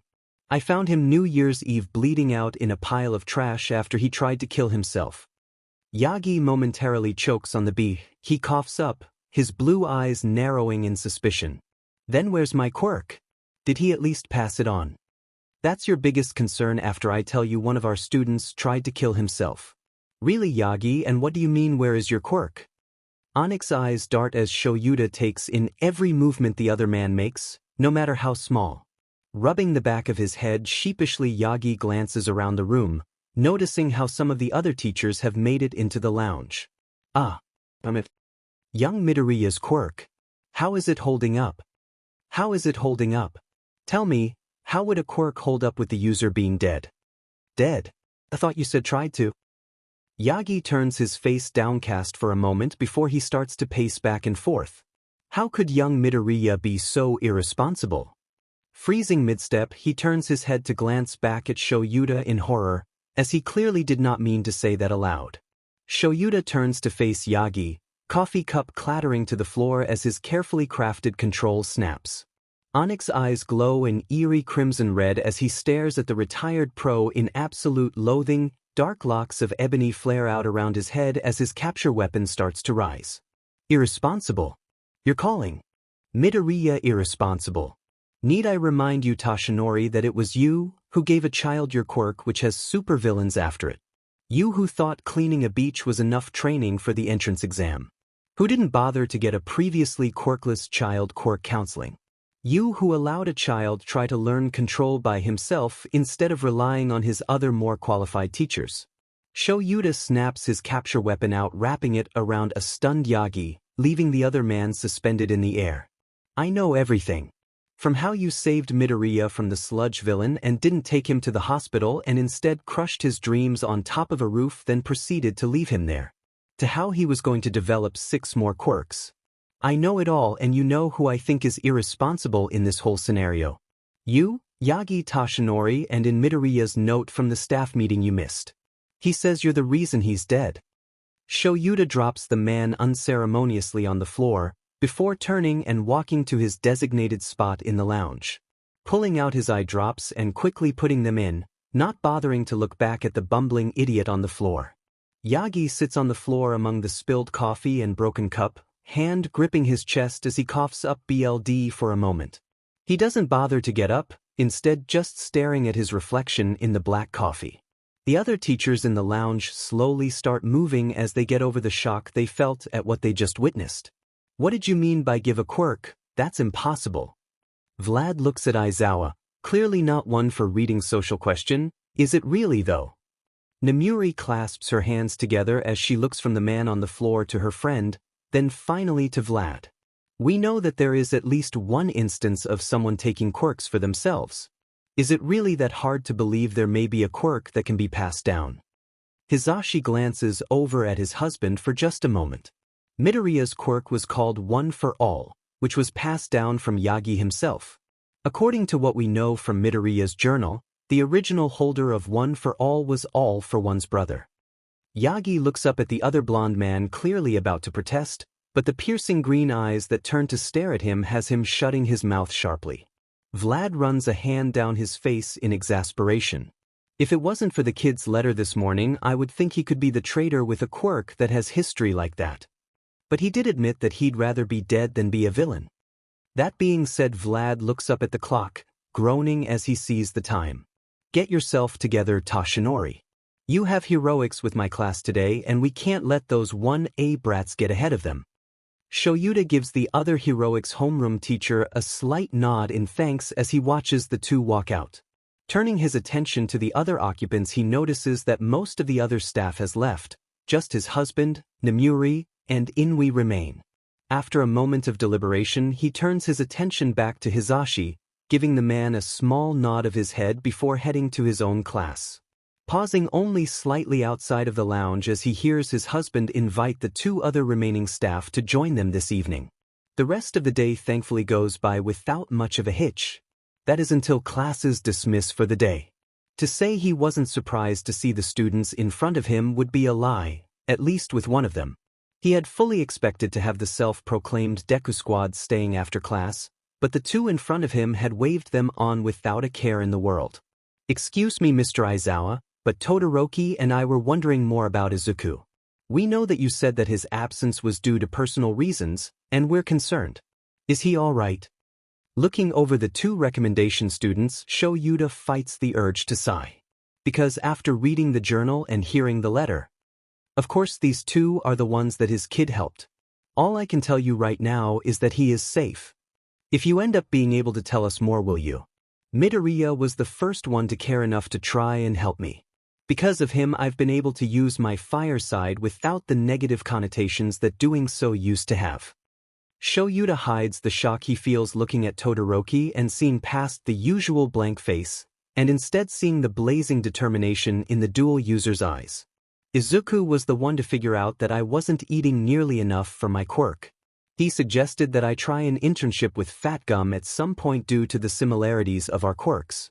My quirk works by converting the excess lipids in my body into my creations. Please, Mr. Aizawa, we just want to be able to help him, the same way he helped us. Shoyuta gives a slight nod to the kids. I'll see what I can do. In return, I would like both of you to tell Midnight and Present Mike what you both just told me. Neither of you are in trouble, we just want to make sure that you are getting the support you both need. While that would usually fall to me as your homeroom teacher, I don't want either of you or Midoriya to think that you didn't deserve my full attention. So since I am a bit preoccupied with Midoriya right now, I trust Mike and Midnight to be there for you. Momo shares a look with Todoroki before turning her attention back to Aizawa, a soft smile playing at her lips. Of course we'll go find them now to tell them. And Mr. Aizawa, thanks for caring. Later that evening has Shoyuta standing with his husband and 2 colleagues in the hero ward in front of Izuku's room, clearly trying to decide how they want to split up to go in. You can all go in. Nedzu here said that you were all working on his case, correct? I'll let Dr. Aaron know that Izuku has visitors. The head nurse flashes them a smile before heading further down the hall.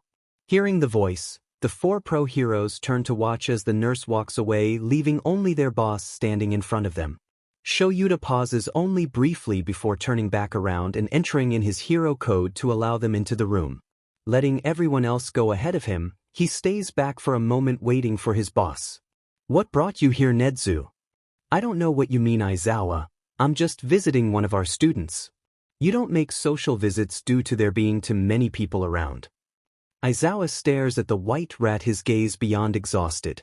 Nedzu places his paws together in thought before looking up at the dark-haired man. The hospital asked me to come in. They have some new test results in. Shoyuta gives a sharp nod of his head as he offers the chimera a hand up to sit on his shoulder. Keep me informed. Nedzu accepts the offer and gets situated seated on Shuta's shoulder. But of course, this is our student. Shoyuta nods as he walks into the room that has become all too familiar. Namuri quickly walks to the bed, a hand shaking ever so slightly as she reaches out to touch the teen's hand. Green bean. You could have come to us. We would have helped, it didn't have to get to this point. Inui watches his colleague for a moment before walking over to the bed and glancing down at the skin on Izuku's upper chest and arms that is exposed. A snarl escaping him as he sees all the scars just in those small areas. What all happened to this kid? Hizashi pulls out the journal from his bag and carefully tosses it to Inui. This is his journal, you can go ahead and read it. Inui catches the book and immediately moves back to the couch in the room, only a bit surprised to see Nem following him. I want to read it too. Might as well get caught up at the same time. It's not long after they settle in to read the journal that the door opens up again, revealing a man dressed in a suit and holding a chart. I apologize for interrupting, my name is Dr. Arion, and I am in charge of Izuku's medical care while he is here. The nurse informed me that he had visitors and I figured you all would rather get this out of the way. He looks from the unknown visitors to the chimera still perched on the dark-haired male's shoulder. Nedzu waves a paw dismissively. You may continue. They are not only part of my staff but they are on the case regarding Izuku as well. Giving a nod of understanding, Dr. Aaron looks down at the chart before he starts to speak. I have the results from his latest tests. The PET scan shows that there is activity going on in his brain which is good, but the activity is significantly less than his previous scan. The downside to that, however, is that upon doing his fMRI the activity wasn't where we were hoping it to be. What do you mean? Shoyuta crosses his arms as he waits for the response. Does the activity mean the little listener will wake up soon? Hisashi can't help but glance over at the greenette on the bed. Hope blazing in those chartreuse-colored eyes as he turns back to the doctor. Unfortunately, no. That's what we were hoping as well, but the fMRI showed no signs of Izuku regaining consciousness. Dr. Aaron taps his pen against the chart quietly. I'm going to be completely honest with you. The prognosis isn't good. If the next scan shows the same thing, then you are likely looking at him never waking up. I'm sorry. You said likely. What's the probability of him waking up? Worse. Nemuri turns her attention from the book to the doctor in front of them. Dr. Aaron looks to the only woman in the room and gives her a sad smile. Based on past clinical studies, Izuku has a 27% probability of waking up and a likelihood of 64% of him dying, while only having a 9% chance of staying in his comatose state. Again, I'm very sorry. He bows his head as he leaves the room, making sure to shut the door behind him. Shoyuta stops, his crossed arms falling to his sides, eyes widening ever so slightly. Hisashi frowns seeing the state his husband is in, but he's torn. Looking over at the greenette in the bed, then back to Shoyuta, he smiles sadly as he walks closer to the dark-haired man. Show Panther. What's going on in that pretty head of yours? He telegraphs his movements so to not startle the other man as he wraps his arms around him. I didn't save him, Zashi. I failed to save our kid. Shoyuta ducks his face into his capture weapon as he turns in Hisashi's arms, not wanting the others to see him like this. Urkita, I wasn't aware that we had gained another one. Hisashi can't help but tease as he carefully reaches out to lift Shuta's chin to make his husband face him. No, Sho, don't shut me out. You have always been so strong, taking on the problems of everyone so that they don't lose their light. Hisashi gently strokes Shuta's jawline with the pad of his thumb while smiling softly. But it's okay to let your light dim, I'll be right here to help it glow bright again. Shoyuta leans forward against Hisashi, just resting in the comfort given by the blonde. A muffled, "Thanks, sunshine," reaching the blonde's ears. It takes a few minutes, but Shoyuta finally manages to compose himself, which allows him to turn and face the others in the room. I want to tell my class. That's quite expected. However, I must ask that you hold off for now. Nedza grins, his eyes gaining a certain glint. After all, you do currently have one of his abusers in your class and we don't want him to know that we know just yet. Inui huffs as he sets the journal aside. I agree with Nedzu. I'd much rather see the mindsets of your class before you tell them what's going on. What about just a few specific students?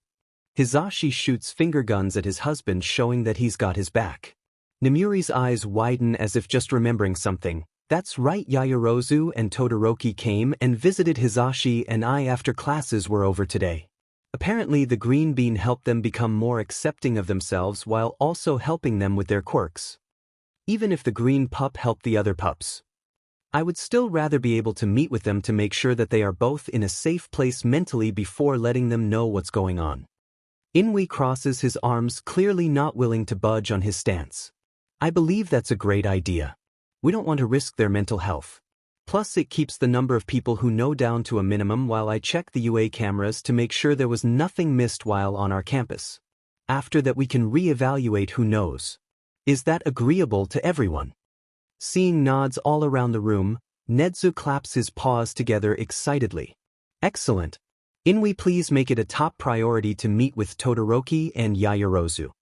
Hopping down from Shuta's shoulder, Nedzu crosses the room to make it to the door. Now I have to go meet with the doctors to discuss what we want to do from here. Everyone have a good evening. Maybe go watch a movie or something.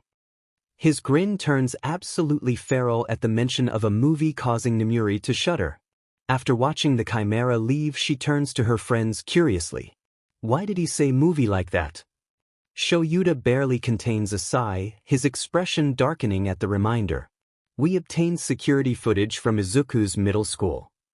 Nemuri frowns in thought before crossing the room to grab Shuta's hand. Want some company to watch with? Shoyuta shakes his head. Thanks, but no. I have a feeling it's going to be bad. Just have coffee ready in the lounge tomorrow. Of course, Shosho. I'll even guard it with my life. If it does get to bad, Aizawa, you're welcome to hit me up. Inui grabs the journal and holds it up. Mind if I take this with me to read? I'll bring it into work with me tomorrow so Nemuri can catch up. Hizashi nods to Inui. Of course, we'll see you tomorrow. Thanks for all of this. Inui waves Hizashi off as he makes his way to the door, pausing to look over at the unconscious teen. It's our job. Both of them. Just wish we could have helped him sooner. He can't keep the growl from escaping at that, and instead just turns to the door and walks out. Nemuri gives Shoyuta and Hizashi both a quick hug. Thanks for letting me in on what's really going on. Call if you need anything, alright? She moves over to the bed and kisses Izuku's forehead lightly. Keep fighting, kiddo. I want you to wake up so I can hear your muttering again. You're so smart. Pulling back, she gives a wave to her friends before taking Inui's lead and heading out. Hizashi looks over at his husband, offering an encouraging smile. Ready to go, love? Maybe take Ned's advice. Shoyuta casts a sidelong look at the bed, not really wanting to leave the boy right now. Hizashi shakes his head while smiling wide at how predictable his husband can be. How about I go get us something to drink and you? Hizashi takes his bag off of his shoulder and passes it to the other man. Can set up the laptop and get the headphones out. Shoyuta gives a small nod as he takes the bag to get his part of the task ready. Hizashi pauses at the door for just a moment to watch as Shoyuta starts to get things ready. Be right. But, love you. He shoots a finger gun at the dark-haired man, a laugh escaping as he catches the brief eye roll before the door closes on him. Upon his return to the room, Hizashi grins great big as he sees his grumpy husband fidgeting with the laptop. Ready, show. Shoyuta looks up from the laptop, giving Hizashi a dry look as he holds out a hand. Coffee. Hizashi snickers as he stands just out of arm reach. Now, grumpy cat, that's not how you ask. Shoyuta clearly debates just sending his capture weapon out to strangle his husband, quickly resigning himself however to the idea that doing so will cause his coffee to spill. Coffee, please. He barely growls out, hands still reaching for the cup. Hizashi full-out laughs as he hands the coffee to the dark-haired man. That wasn't so hard now, was it? That done, he takes a seat beside his husband and puts his headphones on so they can watch the video. Shoyuta watches the blonde get ready while sipping his coffee. The moment he is, however, he turns his attention to the screen as he pushes the play button. It was harder than either one of them expected to watch the footage, to listen to the audio that accompanied it. The constant yelling, the jeers, the countless spider lilies, the pops of all too familiar explosions. They thought that was bad. Nothing could have prepared them for what they were currently witnessing. Izuku is pushed to the front of the class by a younger Bakugo. Explosions are heard during the walk, smoke raising up off of his uniform. A bright orange glow catches their attention as Bakugo places his ignited hands on Izuku's shoulders, shoving him down into the seat in front of the room by their teacher. A muzzle wrapped around his head is the only thing that keeps the greenette from making any noise, his eyes clenched shut in pain, the only indicator that he's hurting. The class watch in twisted glee as their teacher straps their quirkless classmate down in the chair before walking over to his desk and grabbing a small tool bag. What is one way of identifying a quirkless person? A male student laughs while answering. They have an extra joint in their pinky toe. The teacher nods, a wide smile on his face. Very good. So, we should fix that, shouldn't we? There's a round of cheers through the classroom, but one voice above the rest, this time a young girl's. That's what heroes do. They help people. The teacher's smile twists to something malicious as he sits in front of Izuku. Exactly, that's what heroes would do. He sets the tool bag to the side, opening it quickly, clearly not wanting to waste any time before he turns to peel off bright red shoes followed by all might socks and sets them on the other side of the chair the boy is sitting in. Looking back over at the open tool kit, he glances down taking in the items spread out before him. A torch lighter, a dull rusty knife, bolt cutters, and a pair of fish skinning pliers. Grabbing the dull knife, the teacher turns so his back is to Izuku, taking his left foot into his grasp and tucking it under his arm to keep it from moving while still allowing the class to see everything that is going on. He presses the dull blade to the base of the pinky toe and starts to saw away at the flesh there. From base of the toe to the tip and back down the opposite side till the bone is exposed. Setting that foot down, he grabs the right foot and repeats the process on that pinky toe as well. Not giving Izuku a break, he quickly reaches over suching the knife out with the fish skinning pliers. Still holding the right foot, he positions the pliers up at the top of the pinky toe, carefully grabbing just a small bit of the flesh there as he begins to peel backwards. Giving sharp tugs of the tool when the skin doesn't want to give, as he literally peels Izuku's toe like an onion. He pauses for just a moment to look up at his class and chooses the kid who glows that sits in the very back. Come up here, you get to repeat the process on his left foot. His statement is met with the kid walking up amid groans of disappointments and other students saying it's not fair because they wanted to do it. It causes the teacher to chuckle as he hands the pliers over to his other student. Just like an onion. Grab the least amount of skin, tissue, and muscle as you can, and just peel it back slowly. The student takes the pliers with a nod of his head, before doing exactly what his teacher said and demonstrated just on the left foot. That being taken care of, the teacher looks back into tool kit noticing the two remaining tools left, then back over his class, his gaze resting upon the bald student who's able to remove his eyeball, as well as the brunette who has horns upon her head. Both of you come up here. Quickly doing as they are told, the students arrive just as their glowing classmate heads back to his desk. Looking at the boy, the teacher hands him the bolt cutters, then hands the girl the blow torch. I'm going to keep the other toes away from this one, so you just open the bolt cutters up, place his pinky toe in the mouth and quickly shut them. After you do that, she's going to flip that switch and aim it at where we just removed the toe, that way we seal the wound shut. Understand? Yes, sir. They both answer in unison. The boy moves the bolt cutters close to Izuku's right foot first, opening them so that a blade is on the right side and left side of the pinky toe. As soon as he has them situated the way he wants, he squeezes the handles shut quickly. In doing so, the blades close and precisely cuts off the pinky toe bone at the base. He pulls the bolt cutters away and moves to the other side, doing the same thing to the right foot, removing what's left of the toe. The girl steps up as soon as he moves to the other foot, flipping the switch on the torch. Once she's in position, she makes sure the fire isn't on to high so that she seals just what is necessary.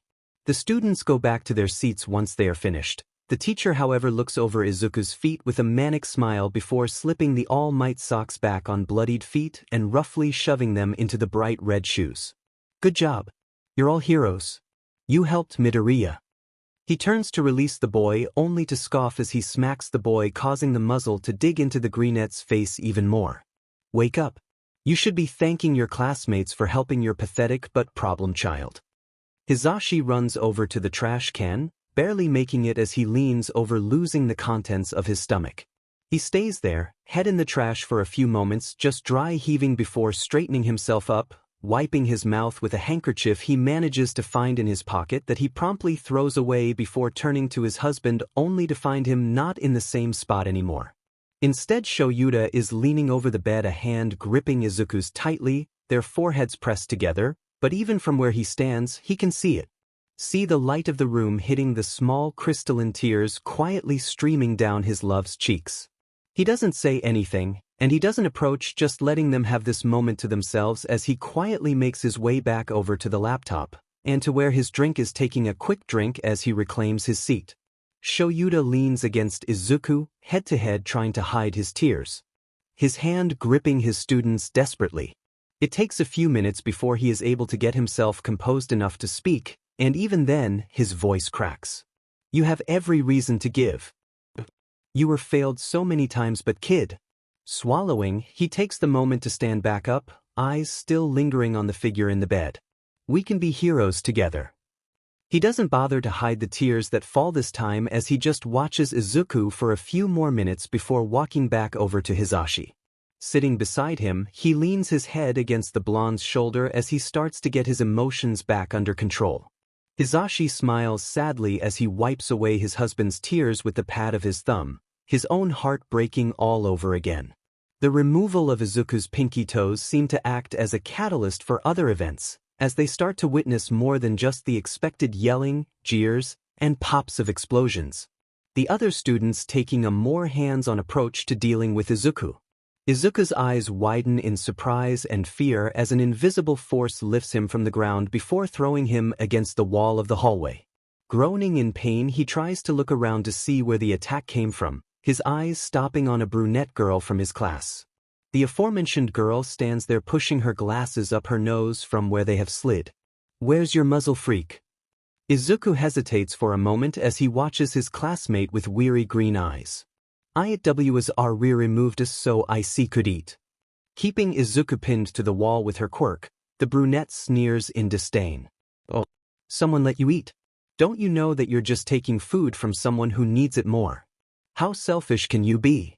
First air, then space, and now food. Sounds an awful lot like Null needs to make a payment for all of our generosity." The girl turns to face the newcomer, a cold, calculating smile playing at her lips as she watches Izuku's head tilt ever so slightly out of the corner of her eye. "What do you both have in mind?" A red-headed boy pulls 2 sharpened strands from the top of his head, leaving 3 remaining. "Oh, just some quirk training." That being said, he walks up to where Izuku is pinned to the wall. He moves efficiently, carefully placing slow, methodical cuts upon Izuku's body. He's careful not to hit anywhere vital or make the cuts too deep, instead sticking to thin slashes cutting through Izuku's uniform and leaving behind cuts of various depths and sizes. Stepping back to admire his work, he taps one of the sharpened locks of hair against his chin in thought. "Look at all the blood dripping from the cuts, but I feel like there's something more that I can do. You could make it where he doesn't ruin any more lives. Be a hero to those in the future." The redhead turns to face the brunette boy that walked up with him. "What do you mean?" Tucking a lock of his shoulder-length brown hair behind his ear, the boy grins sadistically. "A single cut and you become a hero by making it where he can't curse the world with any more useless freaks." Izuku's eyes widen in fear as he realizes what they're discussing. But he still keeps quiet, knowing that if he makes a sound that things are only going to get worse for him. The red-headed boy winces in pain at the implication and turns to look at Izuku for just a moment before shaking his head. "No one will want the useless freak anyway, so I think that'd just be a waste of time." Shrugging, the other boy approaches closer to his friend. "Fair point. But that being said, I don't think you got enough of a payment out of him for what he's taken from all of us. After all, telekinesis over there is right. He has taken up so much of our air and food." Stepping back, the redhead moves closer to the girl with a small wave of dismissal. "Then you take a turn if I didn't do enough." The brunette boy grins as he steps up to where Izuku is pinned and places his hand at his mouth. "That's a lovely idea. Now nerd open wide." Izuku's eyes get impossibly wide with his fear as he quickly debates the merits of disobeying versus just listening. Deciding that disobeying would be worse, Izuku hesitantly opens his mouth for the other boy only to GG and choke as quirked fingers elongate as if trying to spear him through. Laughing, the dark-haired boy watches as tears streak down the brunette's face for a moment before he jars his hand roughly. The movement yanking out his fingers and leaving the other boy dry heaving on the wall. The lone girl shakes her head in disgust as she releases her quirk, letting Izuku fall, not caring the slightest on how he lands as she continues on her way down the hall. The redhead and other brunette quickly following in her footsteps, so none of them are late to class. Izuku collapses to the ground, a hand holding his throat and the other his chest as he struggles to breathe through the dry heaving. Hisashi's tear-filled chartreuse eyes flicker from the screen over to the bed where Izuku still lays, a frown marring his face as his heart breaks once again for the brunette. "Hey Zashi." Hearing his husband's voice, the blonde turns to look at the dark-haired male. "Yeah, Sho." Yuta hesitates only for a moment before looking up at his husband, jaw set in anger as he grits out, I want that place to burn. Everyone in it can go too. Hizashi gives a slight nod of his head while reaching out with a hand to run it gently through Shuta's hair. I know, Panther. I know. Shoyuta gripped his knees, knuckles turning white as he continues to watch the footage from Izuku's old school, where they tried to break his kid's spirit. His eyes widen ever so slightly as he is suddenly hit with the realization that they didn't just try. They managed to succeed. Turning red-rimmed onyx eyes to his partner, he manages a quiet, "Hey songbird." Yellow-green eyes turn to meet the darker gaze of his husband. Yes, Panther. Shoyuta fidgets for a moment, clearly unlike him. However, his gaze drifts over to where Izuku lays near them in his bed. What do you think about adopting another kid? Hizashi stands from his seat so that he can wrap his arms around his husband's shoulders comfortably, leaning forward to place a kiss upon the top of raven locks. I think I'm open to it if that's what the little listener wants. Should he wake up? He'll wake up, Zashi. He has to. Shuta's voice cracks as he lets himself be vulnerable in the only place he is willing to do so. In his husband's arms. Hizashi's arms tighten around the other male as he turns his head to rest his cheek on top of Shuta's head. Panther, you have to realize that there's a chance that he won't. That he may just stop fighting because he wants peace. Peace that he deserves, Shoyuta. We're not done with the footage and we have already seen how badly he was treated. Promise me, no matter the outcome, you will be gentle with yourself. Shoyuta glares up at his husband before giving a huff. Promising that would be illogical. I will however try to be easy with myself should Izuku decide to stop fighting. Hizashi nods before releasing his other half from his hold, and moving to sit beside him again. Good, then shall we continue? Shoyuta gives a very slight nod as he turns his attention back to the screen and pressing play on the next video. Leaving the classroom at the end of the day usually doesn't cause Izuku any trouble. However, as he's leaving today, he feels a breeze appear out of nowhere.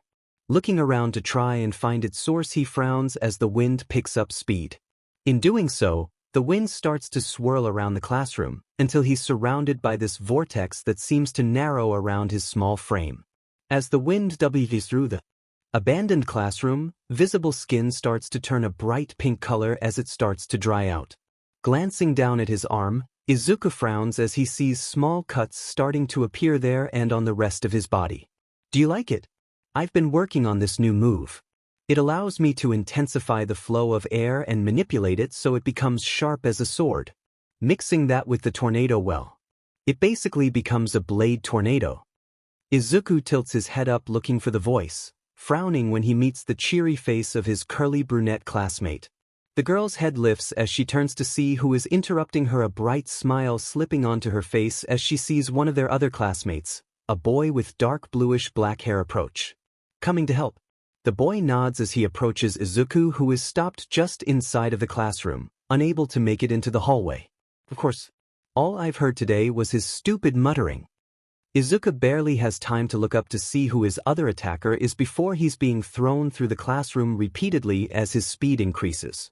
All at once Izuku realizes what's about to happen as the wind releases him at that high speed, only to have a hand shoot out between the dark-haired boy and himself. As soon as he nears the other boy, however, spikes erupt from his hand, causing Izuku to scream out in pain. Hizashi runs over to the trash can as fast as he can, not bothering to pause the footage. He doesn't need to, but by the lack of sound in his headphones, he knows that his husband has paused it. Taking a moment to clean himself up, he makes the decision to take the trash can over with him to where they watch the footage, and as he sees what's on the screen as he returns to his seat, he's glad he did. Because there on the screen is a smaller Izuku with his mouth open in a silent scream, his small frame being held up by the other boy. His uniform top torn as they see the spikes from the blue-haired boy's fist impaled into the flesh of Izuku's abdomen, directly under his sternum. Shoyuta clenches the table with a white-knuckled grip as Hizashi reaches over to push play on the footage again. Izuku just stays still for a moment, tears settling down his cheeks as he tries to catch his breath. He is only given a moment to do so as the other boy carries him a few feet before slamming him into a wall, causing the spikes to dig even deeper into the greenette's abdomen. Slowly raising his hands to grip the arm holding him up, Izuku tries weakly to push the arm and the boy away from him. The dark-haired boy's eyes narrow as he watches Izuku as if daring him to utter a single sound, though the flow of BLD around his hand quickly catches his attention as a twisted smile comes to play at his lips. Pathetic. You better hope none of the BLD hits the floor. I think that's enough for today. Let's go before everyone wonders why we didn't meet up with them at the mall. Glancing over at his female classmate, he gives a nod before ripping his hand out of Izuku's abdomen before walking away. Izuku slouches against the wall, hands quickly grabbing at the holes in his torso. As he struggles for a moment, his BLD seeps through his fingers as he tries to use the torn pieces of his uniform to fill the holes. Tears quietly spilling down his cheeks as he resigns himself to his fate. How much more do we have to go through, Sho? Yuta looks over at his husband. His onyx eyes, which contain such a deep-seated hatred, soften ever so slightly as he notices the tears in those chartreuse eyes. I hope not too much more, but I don't know. Do you need to stop? Hizashi nods as he leans over to place his head on the dark-haired male's chest. Sorry. I know you were hoping to get all the footage watched before we had to head back home for the night. Yuta gives Hizashi a bland look before kissing the top of his blonde head. Don't even start that. You're important too, Zash, and because of that if you need to stop, we'll stop. No big deal. Yuta frowns at the clock, telling him that it is 3:30 in the morning. Turning his attention to his sleeping partner, he uses his years of experience as an underground hero to silently move out of the bed, careful not to wake his husband. Stopping at the door, he leans down to pick up Dirtbag and drapes him over his shoulders behind his neck before he continues quietly out of the room and to the office. It doesn't take him long to reach the office he shares with Hizashi. It takes him even less time to cross the room to his desk and turn his laptop on. But he pauses for a few as he sits down in his chair, looking at the drive that holds the rest of the footage from Aldra. He knows that he shouldn't continue watching without Hizashi because it will make the other man upset. But he also is aware that his husband is a sunshine being, and as such he is most likely at his breaking point on watching all the negative that the kid has suffered through.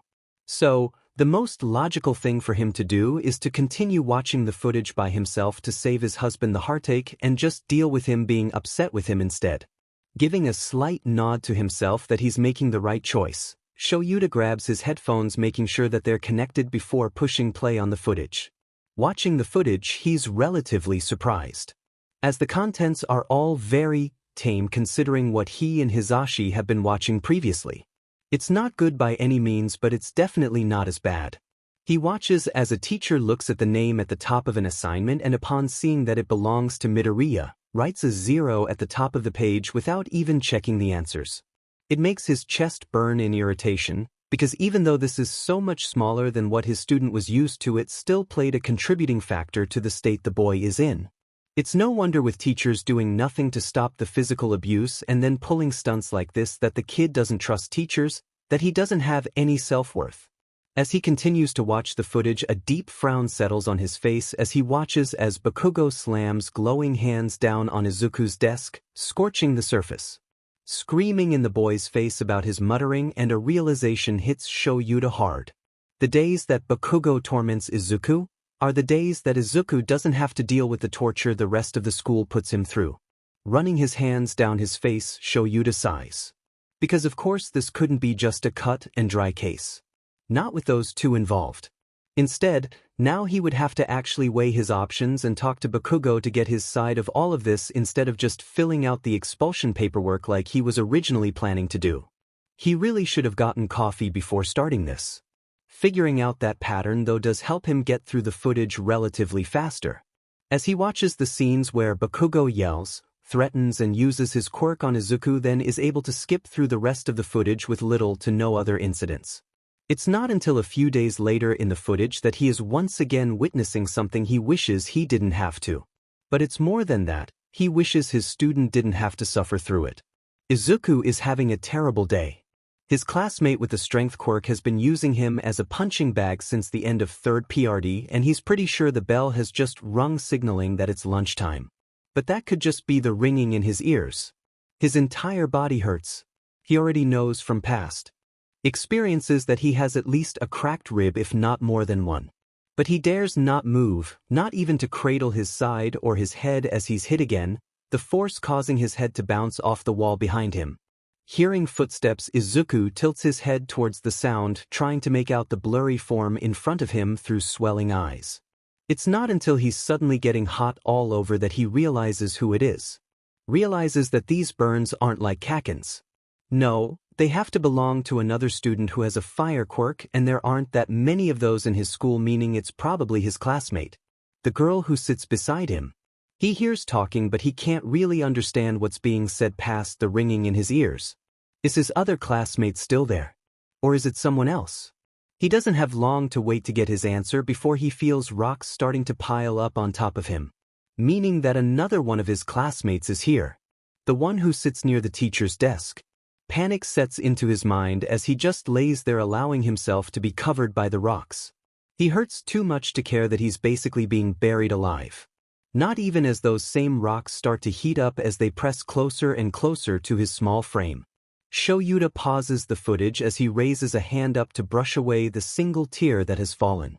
Struggling to keep himself quiet at the footage when truly all he wants to do is scream his outrage to the skies. Aldra had let this sunshine of a child be tortured before. But then they allowed him to be beaten, set on fire, and then buried alive. As if that wasn't bad enough already, there on his screen is the red-headed girl using her quirk on the rocks. Essentially trying to cook Izuku there in that Demed stairwell. He'd never hated children before, but he could honestly admit that each student that he has seen torture Izuku, he hated with every fiber of his being. The only exception to that being another one of his own students. Katsuki Bakugo. Even then, that exception only lasted until he talked to the boy and got his take on things. What he says will decide what happens for his future. As he moves to get up, Shoyuta accidentally hits the mouse, causing it to play another scene, one that instantly makes him start to regret his previous thoughts. I'd better get home and get my notes in order. A hand reaches around to pick up the notebook on Izuku's desk titled Hero Analysis for My Future. No, we aren't done here, Deku. What's that, Katsuki? For my future? Seriously? This guy, Midoriya? See, come on. Give it back. Izuku looks at Bakugo and his lackeys in a panic, a hand reaching out to get his notebook. Bakugo narrows his eyes at Izuku as he claps his hands together, exploding the notebook in between them. Looking close to tears, Izuku asks a shaky, "Why?" Huffing in indignation, Bakugo walks across the room to the window and tosses out the charred, smoking notebook. The best heroes out there, well, they showed signs of greatness even as students. I'll be the first and only hero from this crappy public middle school. The first to win the honor of becoming a student at you. Hi. Guess I'm just a perfectionist. A soft, so vain, is heard from one of his friends. Walking back over to Izuku, Bakugo grins as he pats the greenette's shoulder with a smoldering hand. In other words, don't you dare get into you. Leaving him there, Bakugo walks to the door with his friends only to pause and look over his shoulder. You want to be a hero so bad. I've got a time-saving idea for you. If you think you'll have a quirk in your next life, go take a swan dive off the roof.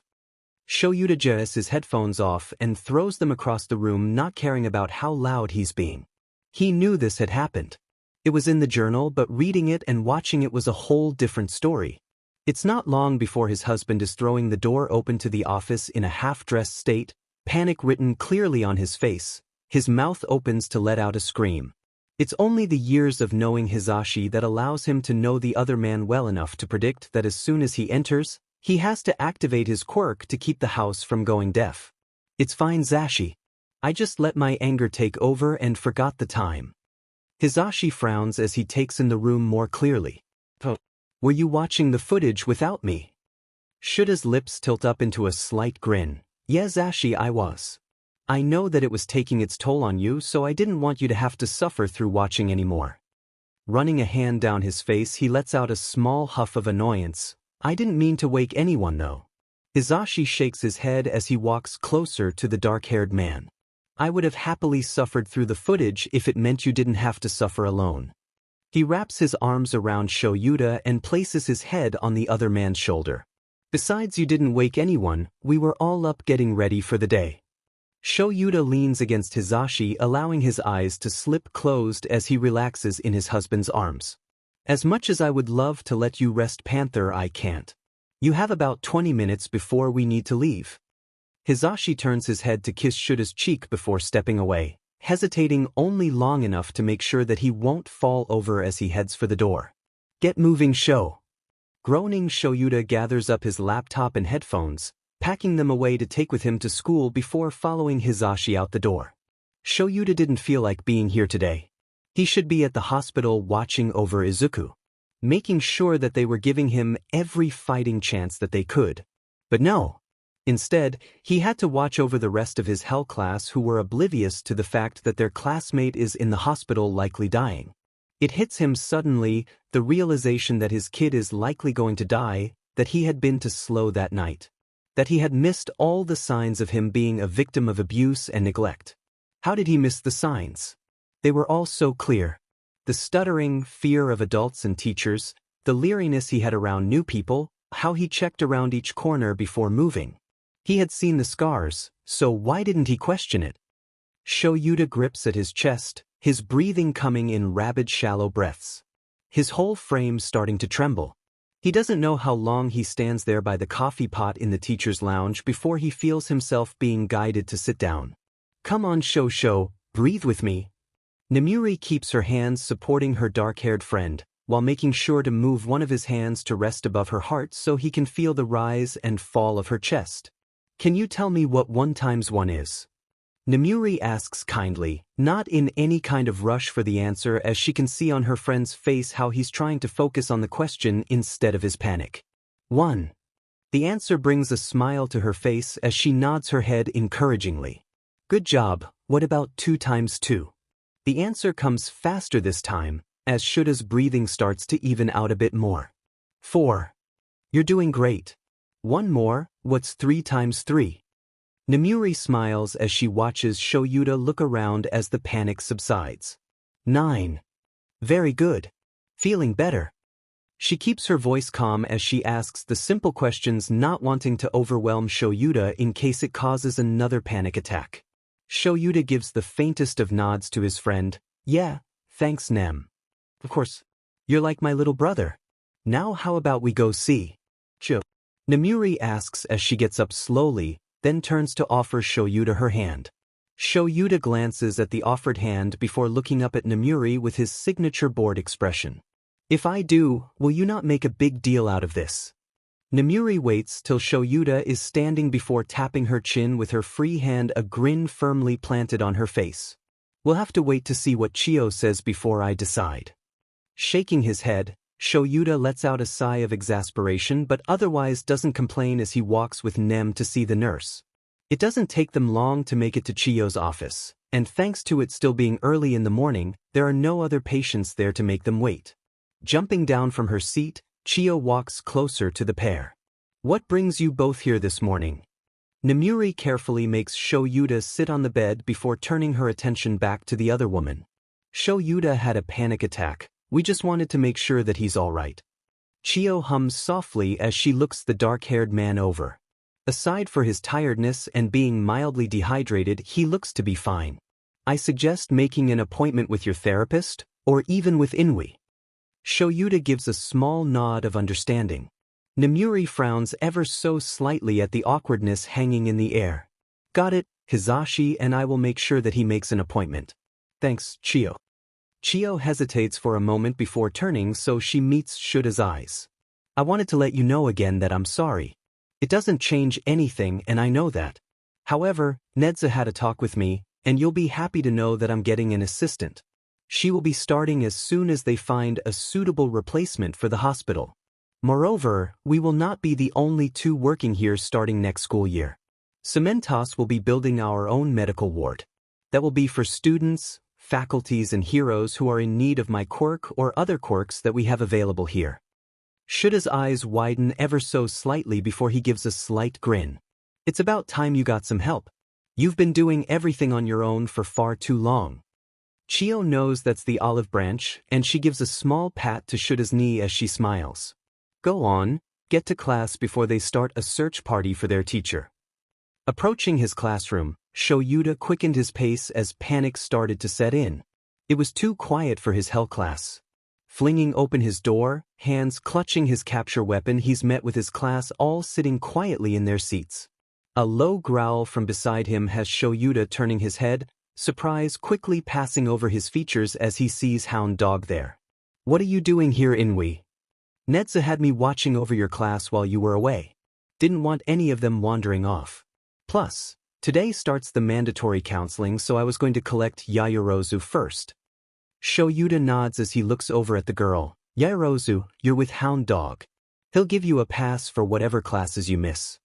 Turning back to the other man, Shoyuta pauses as he becomes keenly aware of his students watching them.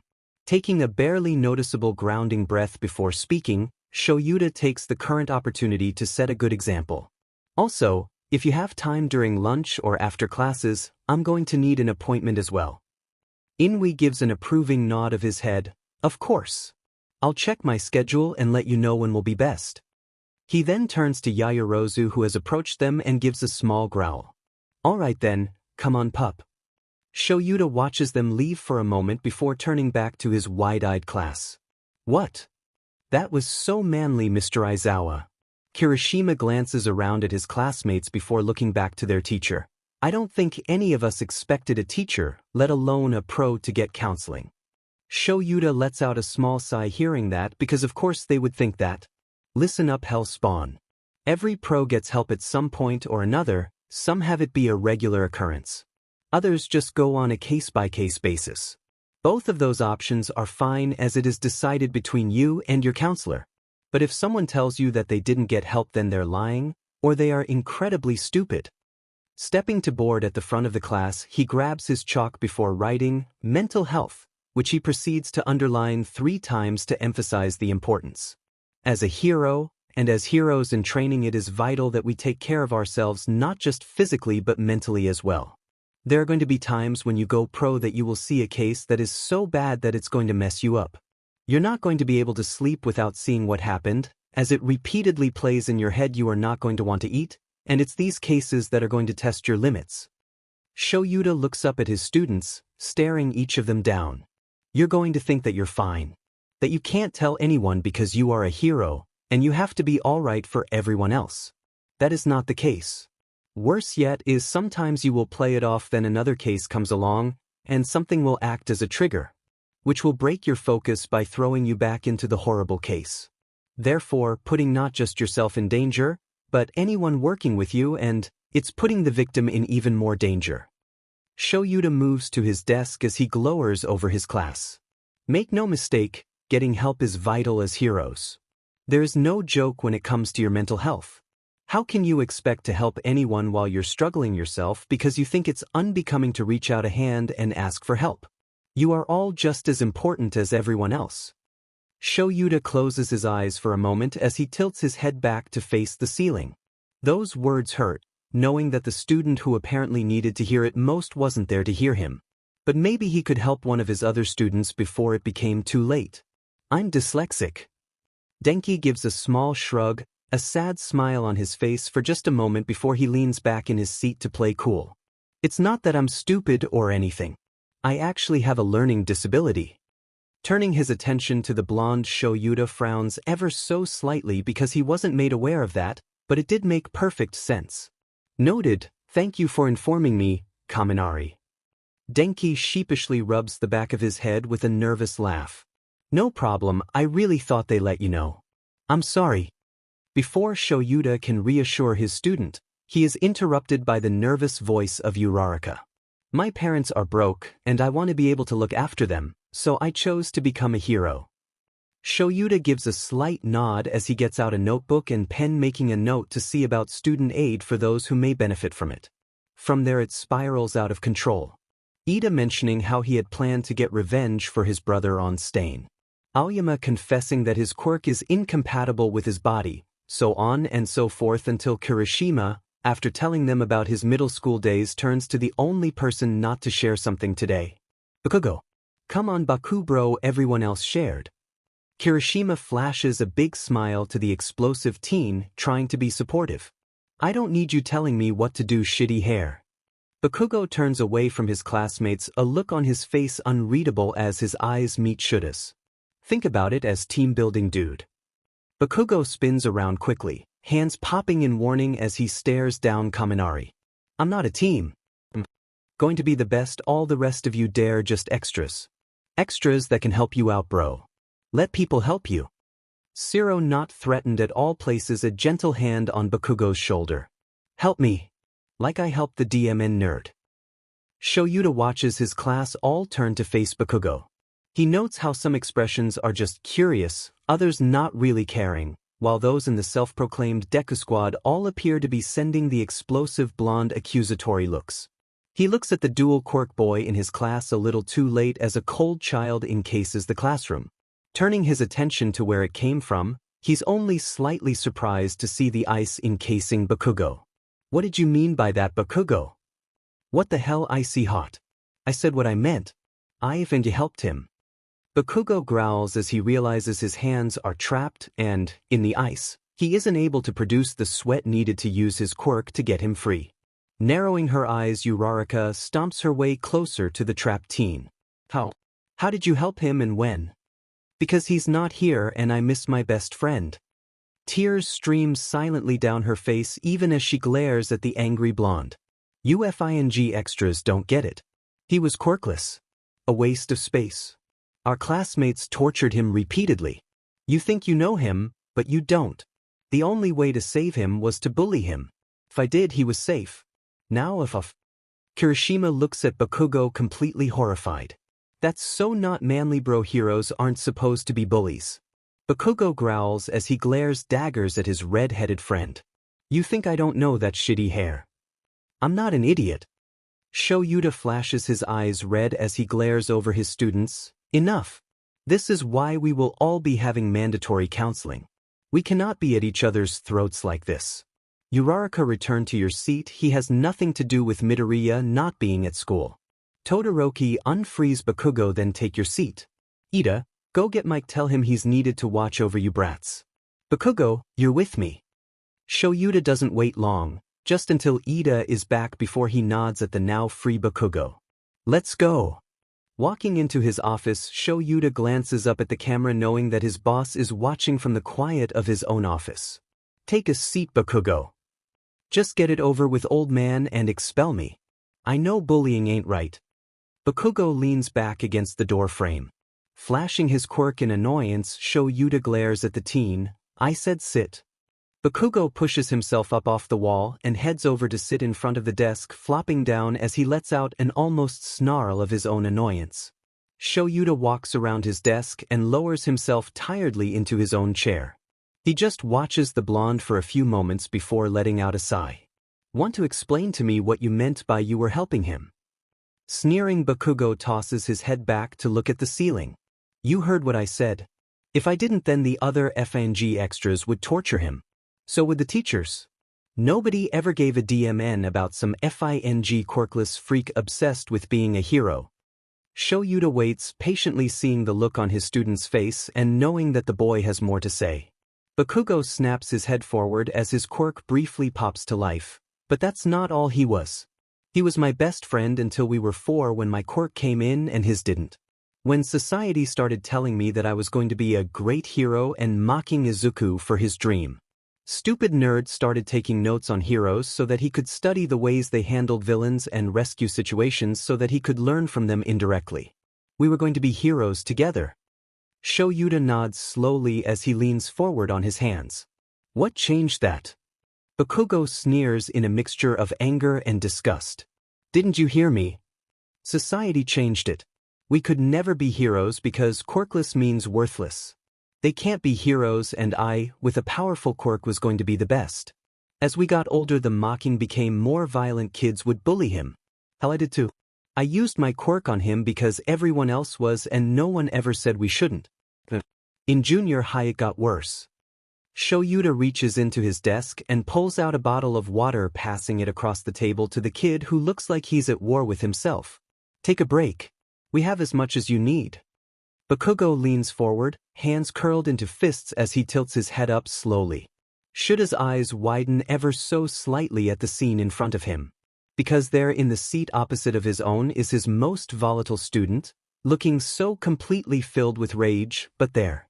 On his cheeks are the telltale streaks left behind from tears falling. Even still, Shoyuta doesn't say anything. He knows how it is to feel at war with yourself, how hard it is to figure out the words that you are wanting to say, and he remembers all too well the feeling of just wanting to run the moment someone interrupted him. He refuses to do that to this kid who obviously needs to get this off his chest.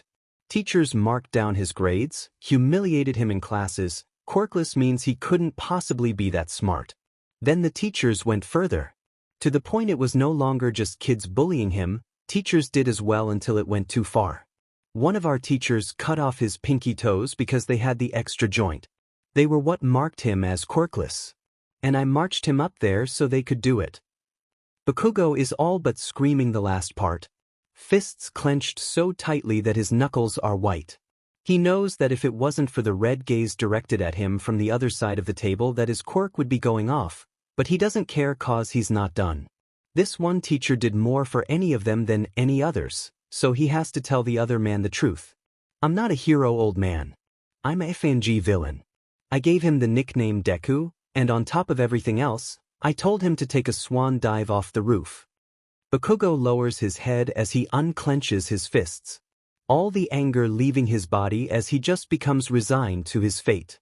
Go ahead and expel me. I deserve it. Hell, I deserve more than that.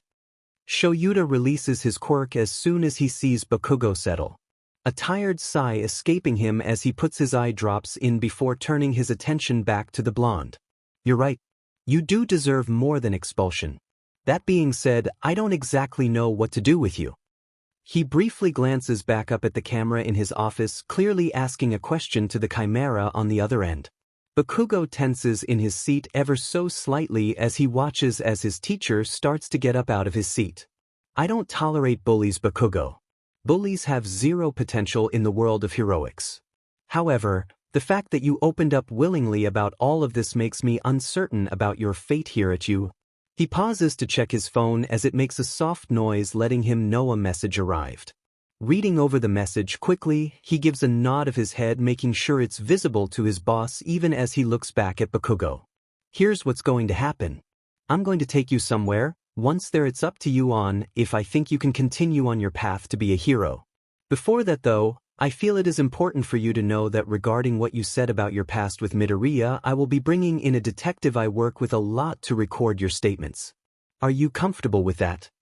Shoyuta watches the teen for any slight differences in his demeanor, giving an approving nod when he sees the boy straighten his shoulders. Standing up slowly, Bakugo squares his shoulders in determination. That's fine, I'll tell the detective everything they want to know. No, Bakugo. You won't tell him everything he wants to know. I need you to keep to the truth only and he will know if you're lying. This is vital for a case we are working on. Understand? Shoyuta walks to the door, stopping just before opening the door to pin the kid with a look. Yeah, I got it, old man. But what case? Does this have to do with Izuku? What do I call him now? Does it have to do with why he isn't at school? Bakugo huffs as he follows his teacher to the door. Shoyuta debates internally with himself for a moment before running a hand through his hair. Start with Midoriya, since the kid you were friends with was a long time ago from my understanding. We opened an investigation into Aldra Junior High, and yes. That means everything you told me, Bakugo, I already knew. Because I have seen the security footage. Now let's go. He doesn't wait for the kid as he walks out of his office and down the hall, heading to the main entrance. Bakugo stands at the door stunned for a moment before cursing as he runs angrily to catch up to his teacher. Wait up, you DMN caterpillar. Where are we going? Shoyuta shrugs as he walks out the door. Keep up, Bakugo. We're going on a field trip. Fall behind and I will expel you. Bakugo glances up at his teacher, slouching as he jams his hands into his pockets, annoyance starting to course through him as they stop at a dead end. The alley filled with bags of trash as if nobody has picked up from the area in weeks. What the F dash? Why are we here? Shoyuta turns to face his student, then points to the pile of trash. Because this is important. You were attacked by the sludge villain, right? It was all over the news. Bakugo growls as his posture turns defensive, hands exploding out of his pockets in his fury. So, FNG what? It wasn't in this alley. No, it wasn't. Midoriya was attacked by the sludge villain first. A hero saved him. That same hero told him he couldn't be a hero. Shoyuta lets out a tired sigh before glancing back at the pile of trash, a frown settling on his face as he can still see the small form of the greenette curled up there among the bags. Bakugo stays silent for a moment before anger melts away as the feeling of foreboding settles in. The day of the sludge villain attack. That's the day I told him to take a swan dive off the roof. Bakugo follows his teacher's gaze over to the pile of trash, confusion taking over him, which makes his brow wrinkle as he starts to get agitated. I still don't understand why we're in here among the trash. Shoyuta turns to face his student only briefly before turning and heading back down the alleyway. Let's go. Why the F did you bring me here? Bakugo yells as he follows after his teacher. Shoyuta doesn't even bother to glance over his shoulder as he checks his phone while leading the boy further down the street, heading towards the warehouse district. Because you needed to see that place to understand what you will see at our next destination. Bakugo growls as his irritation rises at the answer he gets, but otherwise he doesn't do anything, just continuing to follow along beside his teacher. Shoyuta stops at the caution tape and nods as he shows the officer there his hero license. The officer looks at the license, then at Shoyuta a few times. You're good. Now what about you, kid? Bakugo glances up at the officer, then back to his teacher. What are you, some kind of idiot? I'm with Teach. Great, you're with him. I still need an ID for who you are. This is an active case and I need to maintain a record of who is coming and going from the area. Bakugo growls before pulling out his provisional license and handing it over to the officer. Shoyuta struggles to keep from rolling his eyes as he walks under the caution tape. After doing a comparison to make sure that Bakugo is the same person as the license belongs to, the officer hands the card back to the teen. Word of advice, kid. Learn how to civilly interact with law enforcement and your rescue personnel. We're all on the same team, no need for one of us to go around acting like some BS sturdy. We're all heroes, kid. At the end of the day, any one of us who puts their lives on the line or tries to save another person's life is a hero. Bakugo places his license back in his pocket and starts to duck under the caution tape, stopping halfway under it, keeping his eyes focused on the ground. What if you end up doing the opposite? What if you end up hurting someone? The officer blinks, watching the frame of the boy, how his head is ducked, and he just stays still as if his answer will decide for him if he should continue forward under that thin line. Tell someone. Do the right thing and apologize.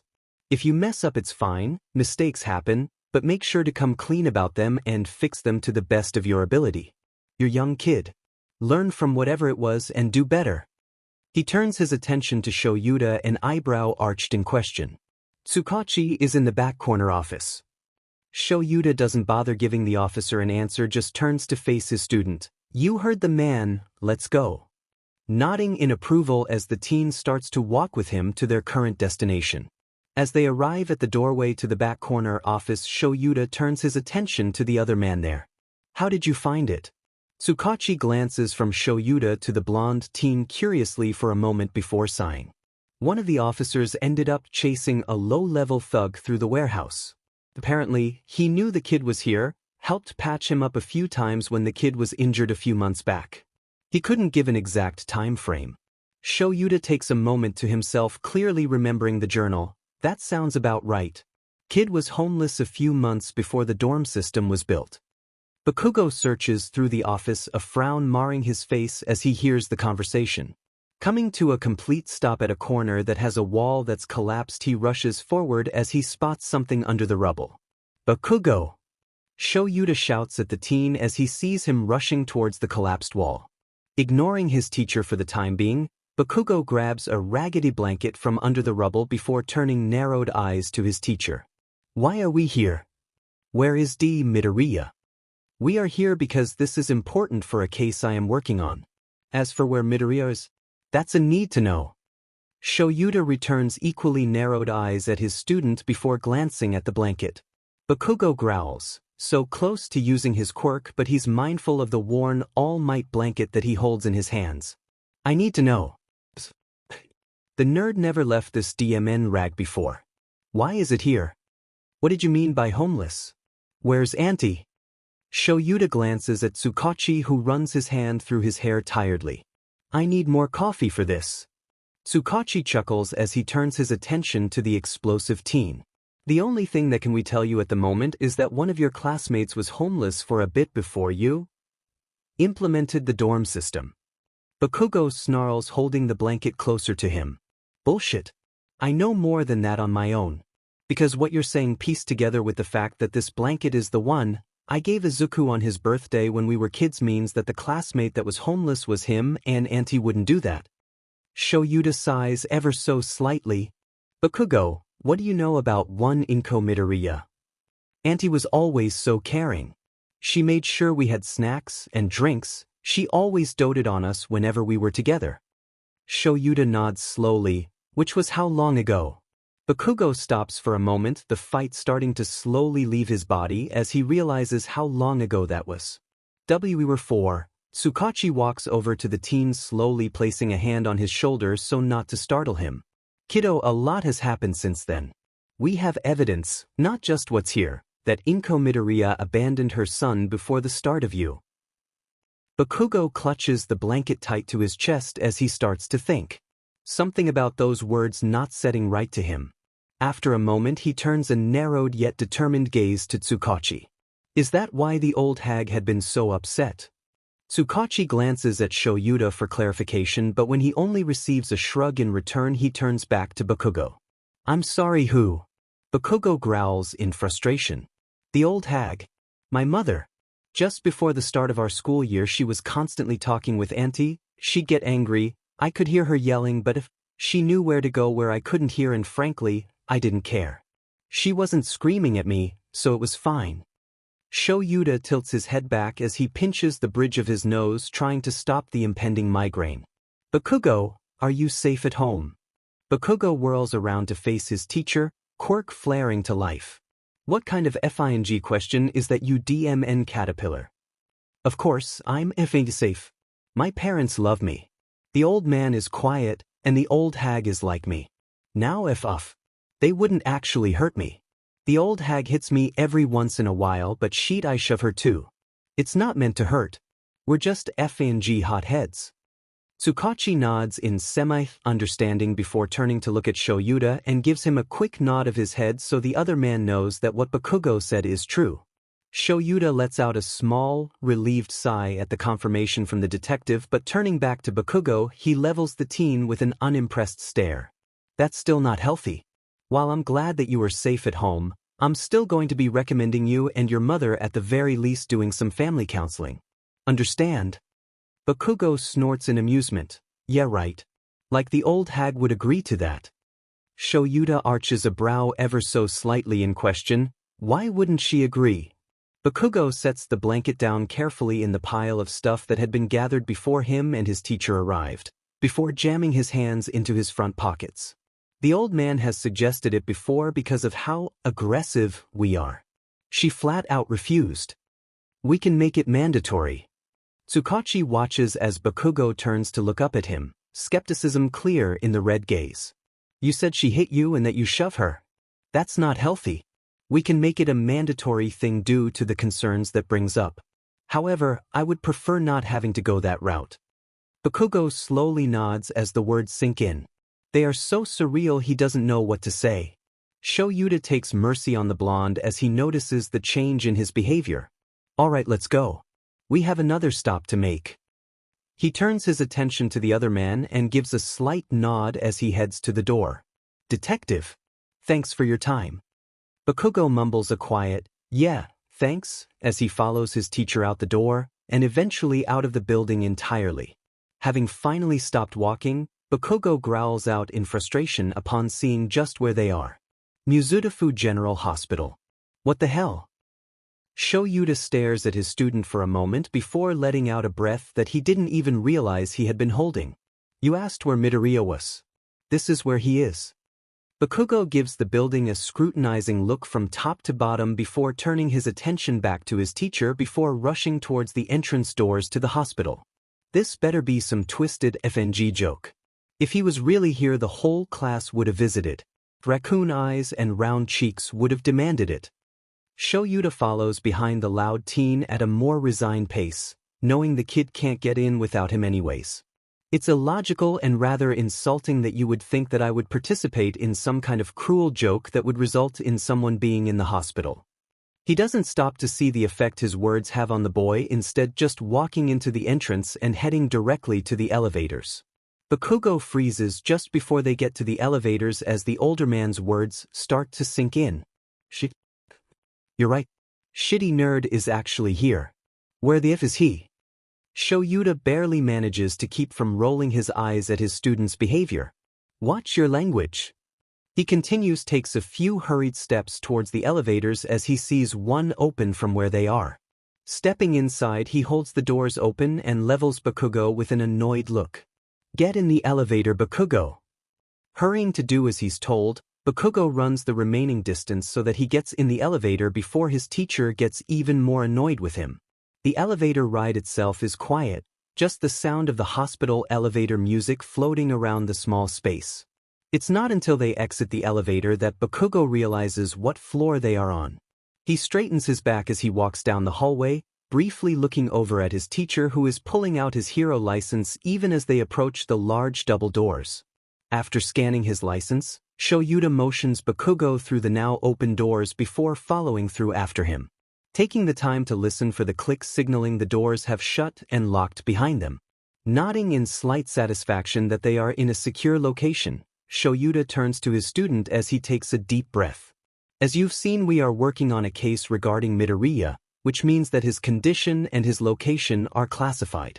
So, no running back and telling your classmates what you saw. Got it? Bakugo scowls at his teacher. I ain't no effing gossip. But yeah, I got it. He takes a moment to steel himself before slouching forward ever so slightly. What is his condition anyway? He wouldn't be here if it was some FANG quirk mishap. Shoyuta waves his hand, motioning Bakugo to follow him as he starts walking the all-too-familiar path to the room housing Izuku. I'd prefer it only be a quirk mishap. Shoyuta speaks softly as he pauses long enough to enter his hero code into the pin pad outside the door before entering. Hey kid. Brought some company, I hope you don't mind. A sting of cursing draws his attention away from the unconscious brunette to the explosive blonde who just keeps surprising him today. Bakugo, with wide eyes staring at the unconscious form on the bed, shoves his way past his teacher till he's closer to the bed.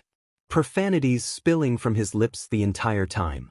Reaching out a hand hesitantly towards Izuku, he freezes midair. Hand hovering just above the brunette's arm as the bandages still wrapped around forearms catch his attention. It appears to be too much for him as Bakugo lowers his hand to rest upon the bed railing, head tilted down as he just stares at the bandages. Shoyuta watches how his student interacts with his comatose classmate with a heavy sigh. He wasn't expecting this type of a reaction out of Bakugo, and quite frankly it bothers him. These two boys have always been fighting each other and trying to be better than the other unless there was something bigger at stake, and only then would they act civil to one another. He's never seen any sign of these two actually caring about each other up until now, so why now? Hey teach. Shoyuta arches a brow at his student, but seeing the kid's head still down, he quietly groans to himself as the answer to his own internal pondering hits him. The reminder that no one had attempted to understand before. Yes, Bakugo. Did he do this himself? Running his hand through his hair, Shoyuta closes his eyes for a moment, taking the time to ground himself.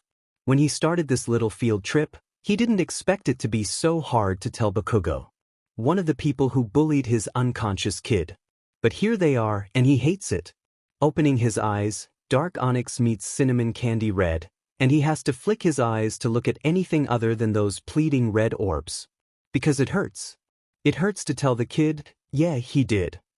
So that alleyway, with all the trash. Bakugo speaks quietly, his gaze falling back to Izuku, tears starting to fall silently down his cheeks without his realization. Shoyuta huffs but gives a nod. Yeah, that's where I found him. Bakugo stays silent for a few minutes, just taking everything in before speaking ever so quietly. How did you find him? Shoyuta resists the urge to wince at the question, instead turning to look up at the ceiling. I heard a noise which my instincts told me to investigate. As I got closer, I heard him speaking, though his words were slurred. You really going to make me ask you what he said? Bakugo turns to his teacher, his words though angry have none of the usual heat to them. He can't find it in him to be truly angry. Shoyuta walks over so he's on the other side of Bakugo, able to place a hand on Izuku's curls, and the other on Bakugo's own wild blonde locks. He hates the decision he's about to make, but he's not going to lie. Izuku mentioned wanting the class to know, and Bakugo needs to learn that what he says has consequences. Well, Kaken, it's not a roof, but it'll work. He can see the moment the words register in Bakugo's head as the boy all but leaps into the bed and on top of Izuku, arms gripping the greenette's shoulders, shaking them in a mixture of fury and desperation. Bakugo, after a few minutes, stops shaking the other boy's shoulders, instead just letting tears fall freely down his cheeks. You stupid nerd. You weren't supposed to actually do it. Dimanda. You were supposed to keep fighting. Show all of those FING extras from our shitty old school who you are. The anger at the situation finally leaves as he just collapses forward and hugs Izuku's shoulders as he sobs. A broken whisper filling the otherwise quiet hospital room. Izuku, we were supposed to be heroes together. Shoyuta doesn't bother trying to comfort the blonde because he needs this. Not for a lesson but for finally allowing his true feelings to show, instead of always hiding them or just being angry. Instead, he moves around the bed so that he can sit in the chair on the other side and just closes his eyes to rest for a bit, giving Bakugo all the time he needs to process everything that must be going through his mind. It's not until about 2 hours later that both Bakugo and Shoyuta start to move around again, both of them getting up and stretching from their impromptu naps. Shoyuta having fallen asleep in the chair, and Bakugo having fallen asleep himself due to all the overwhelming emotions. Their stretches are cut short, however, as they turn to face the entrance to the room as the pin pad outside lets off a series of beeps indicating an unauthorized code was attempted. Shoyuta wastes no time in grabbing his capture weapon as he prepares to fight in order to keep his two students safe. Sending a quick sideways glance to Bakugo, he speaks low as to not attract any unwanted attention. Whatever happens, protect Midoriya. I am giving you permission to use your quirk only to keep him safe. Do you understand? Bakugo nods as he flexes his fingers, preparing for the worst.